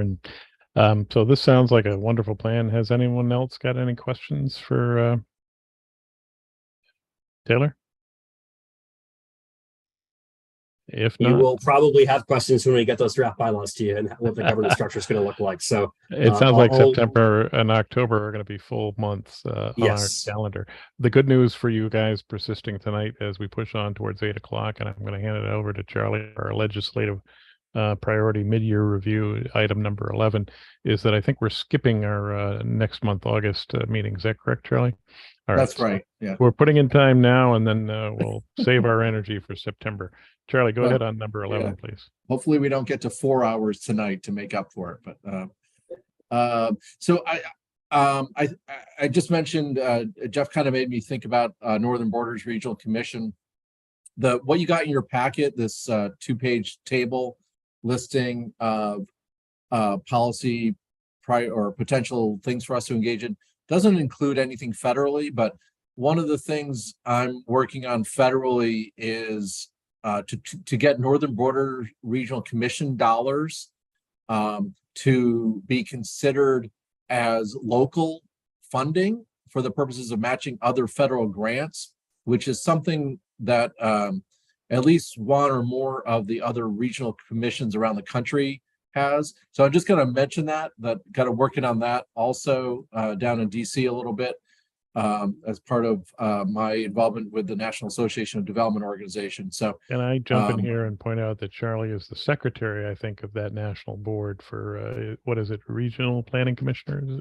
Yeah, it's kind of rural regional commissions around the country. Yeah, we are benefiting from your experience in finding out what's happening in other states and other planning commissions. Yeah, and thank you very much for that extra effort. I never knew that, one of those regional commissions was considered local dollars, for matching other grants. I was like, why don't we do that for Northern Borders too? Actually meeting with Chris Saunders next week to advance that effort. And there's a real opportunity actually to get it in the Farm Bill, which may be one of the few bills that Washington produces this year. No offense to anybody in Washington. So having said that, at the kind of DC federal stage, this list in your packet, for those of you who haven't been on the board too long, just to refresh, in January and July, we try to bring this list to you of like things that staff are mostly monitoring and some things that we're engaging more directly in that, either are going through the legislature or came out of the legislature and are being worked. So I'm not going to walk through each one of these. Happy to take any questions. Under my report, you'll see in a few minutes, I was going to highlight these 4 studies that are required under the Home Act, S100, or it's Act 47. Do I have that right, Taylor? I think it's Act 47 this year. So, and this is, when Keisha came to our annual meeting last month, this was the bill she was kind of talking about. There are 4 studies here. The RPCs are the lead entity on the regional future land use mapping. And on number 3 there, the municipal delegation. The Natural Resources Board is working on the Act 250 improvements with a direction to work on location-based jurisdiction. And the 4th study is being done by the Department of Housing and Community Development to revamp the designation program. I am more hopeful than I've been in my 15 years that we'll see significant Act 250 change that will kind of realign how Act 250 engages with municipalities and developers to better promote smart growth. So I'll leave it at that, but and the rest of these I am not going to review unless somebody has a question. Unless you want me to, Chris. No, I'm good. Does anybody else have any questions? Or any concerns about a lot of these things we're monitoring. One thing for municipalities, a couple things on our 10 and 11 open meeting law. They did extend our ability to do what we're doing right now for another, 8 or 9 months. But the legislature will have to address whether we can continue to do meetings like this, like 100% virtually, to be specific. And also VLCT has been, trying to make advances on changing the municipal powers statute so that municipalities don't have to go with charter changes to the legislature all the time. So anyway, a couple of things I've just wanted to call out or call your attention to. But thank you. Okay. Are you able to help us on number 12, the committee member review and volunteers? I think. Yeah, happy to do that.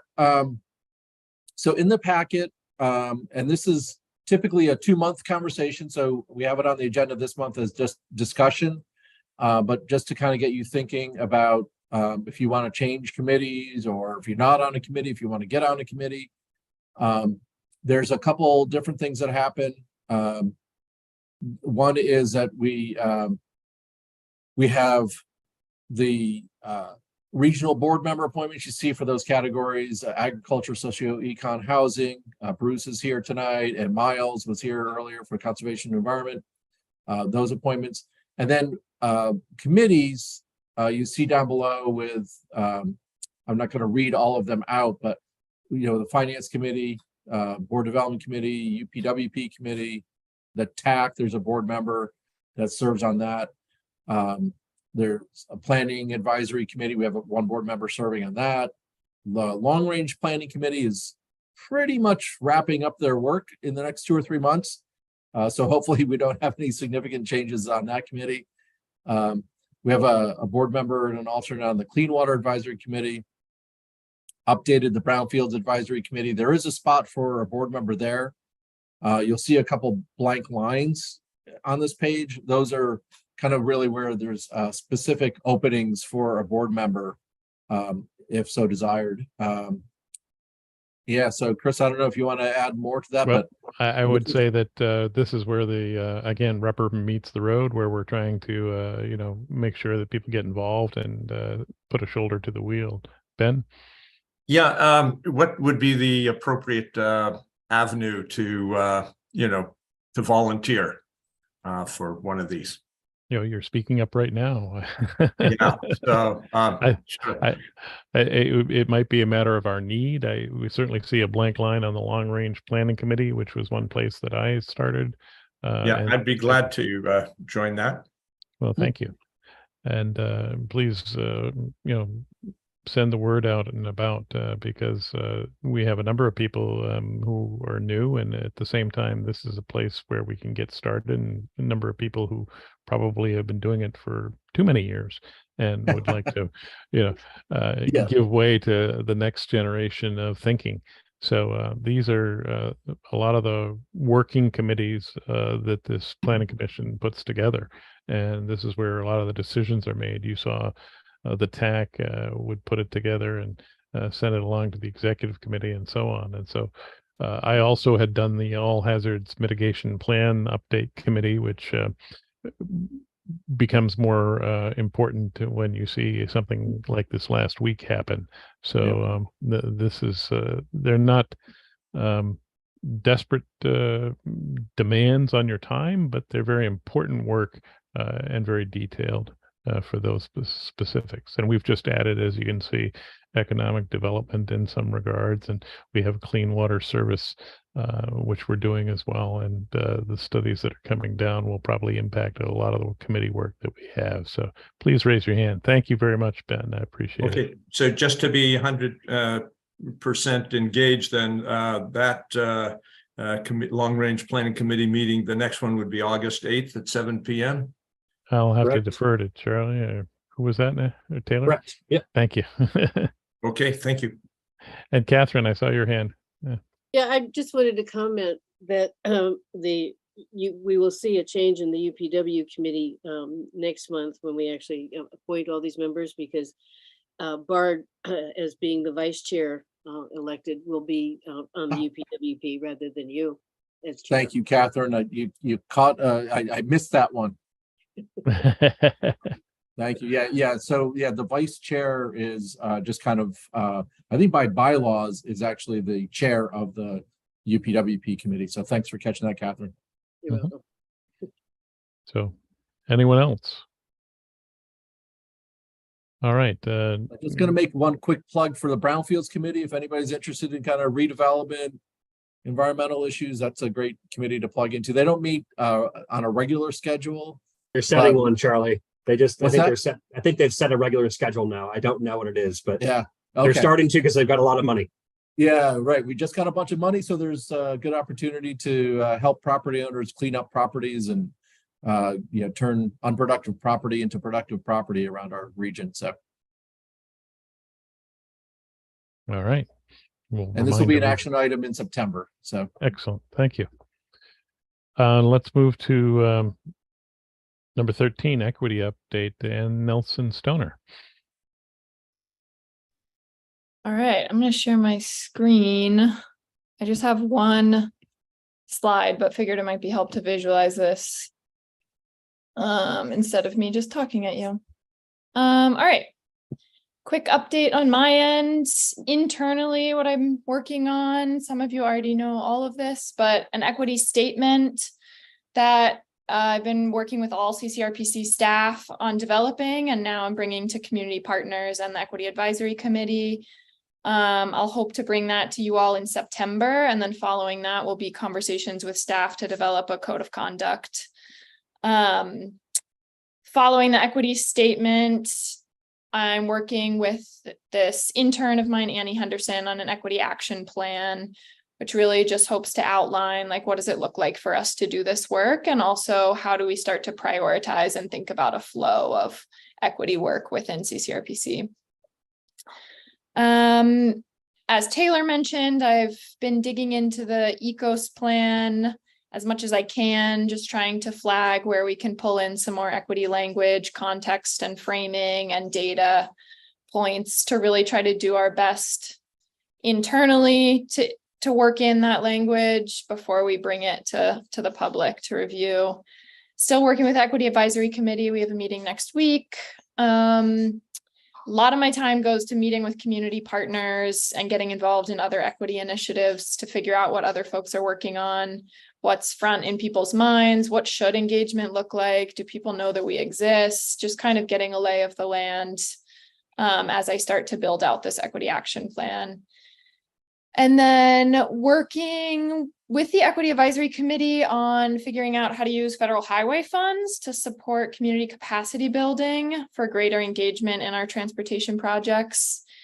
This is basically designing a grant application and process to give out to community partners over the course of the next year to do just that, build capacity, basically more formally partner with them so that we can support their work before we ask them to support our work. And then involvement here and there with specific CCRPC projects as much as I can, as much as I have time for. Yeah, that's kind of a broad overview. Does anybody have any questions or thoughts?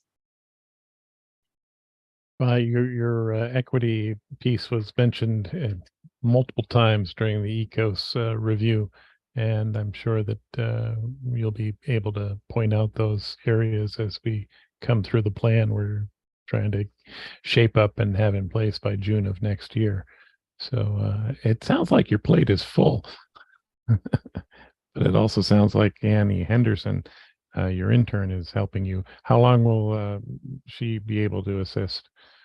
She's going to be on through the end of the summer. She's looking for jobs now, so it depends on when she finds a job. But yeah, I have a question.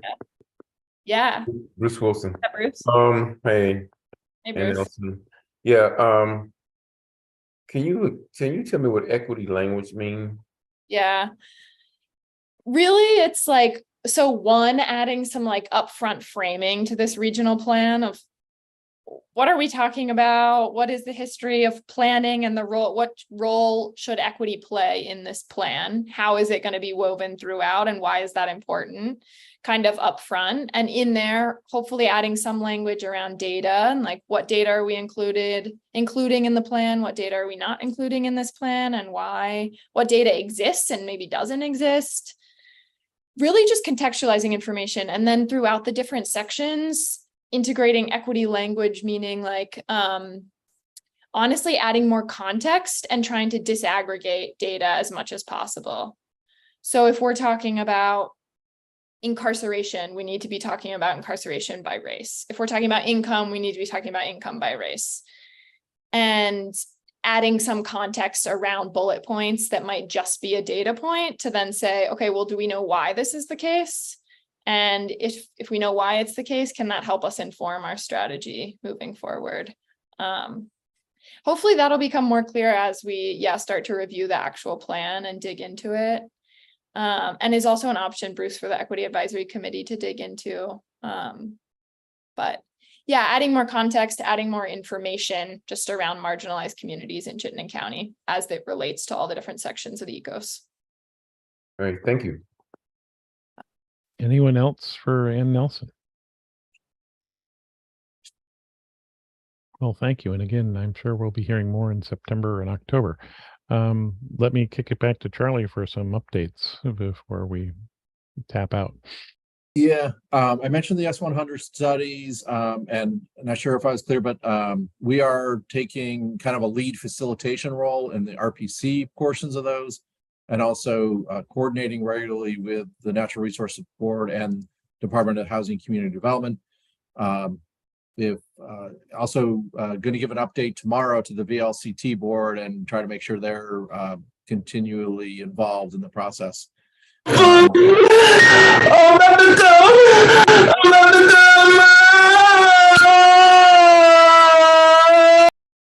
Sorry about that.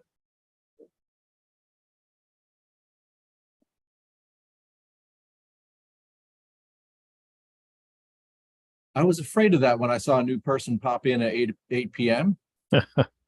Oh dear. We haven't thank you. had any of those Zoom issues in a very, very long time. Yeah, well, we actually got like a notice from Zoom because we put this out as a public hearing notice, that the Zoom link was out more publicly than normal. So that's I'm sorry to say that I wasn't totally surprised that happened. Just wasn't quick enough with the trigger finger to remove. Sorry about that. So that was S100 studies Brownfield Award. Just to let you know, actually EPA was supposed to do a press conference last week announcing that we have gotten a $500,000 award from EPA for brownfields, which is what Taylor was just referencing. We have money now. And we also, there's another 100,000 or so of state brownfield money. So there is a good amount, you know, 500,000 to 600,000 of brownfield money for the next few years, which is more money than we've ever had for brownfield. So if you know sites that need help, this is a good time.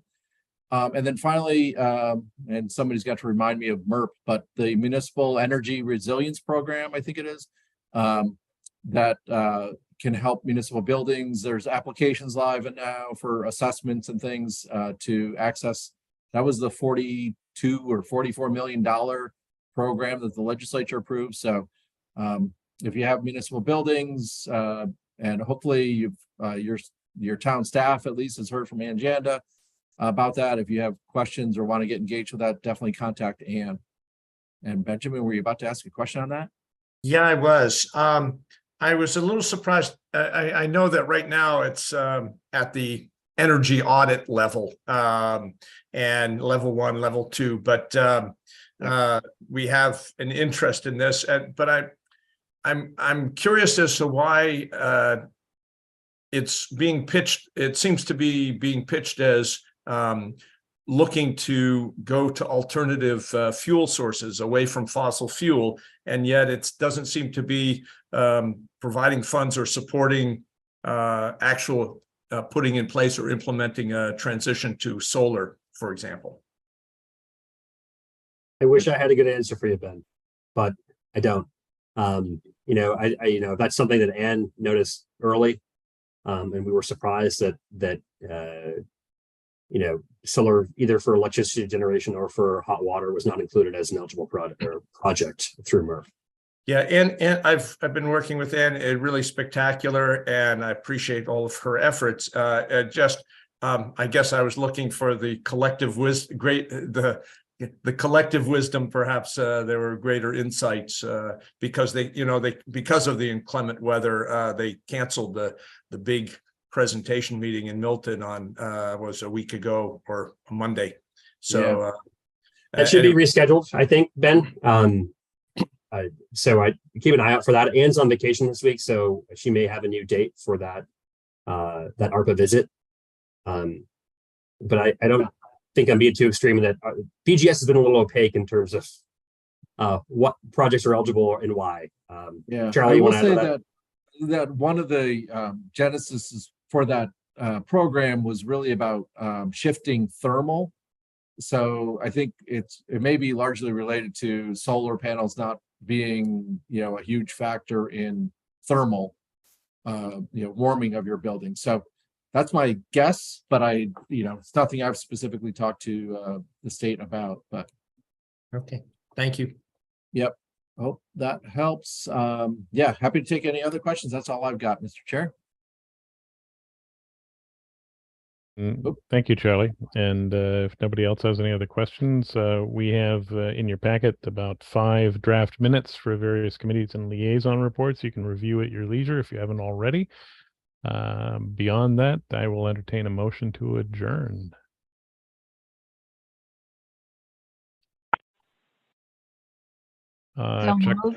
Chuck Wilton, and I assume it came up with a hand first, and Barbara Elliott. I'll take that as a second. Thank you very much. Thank you, Chuck. Thank you, Barbara.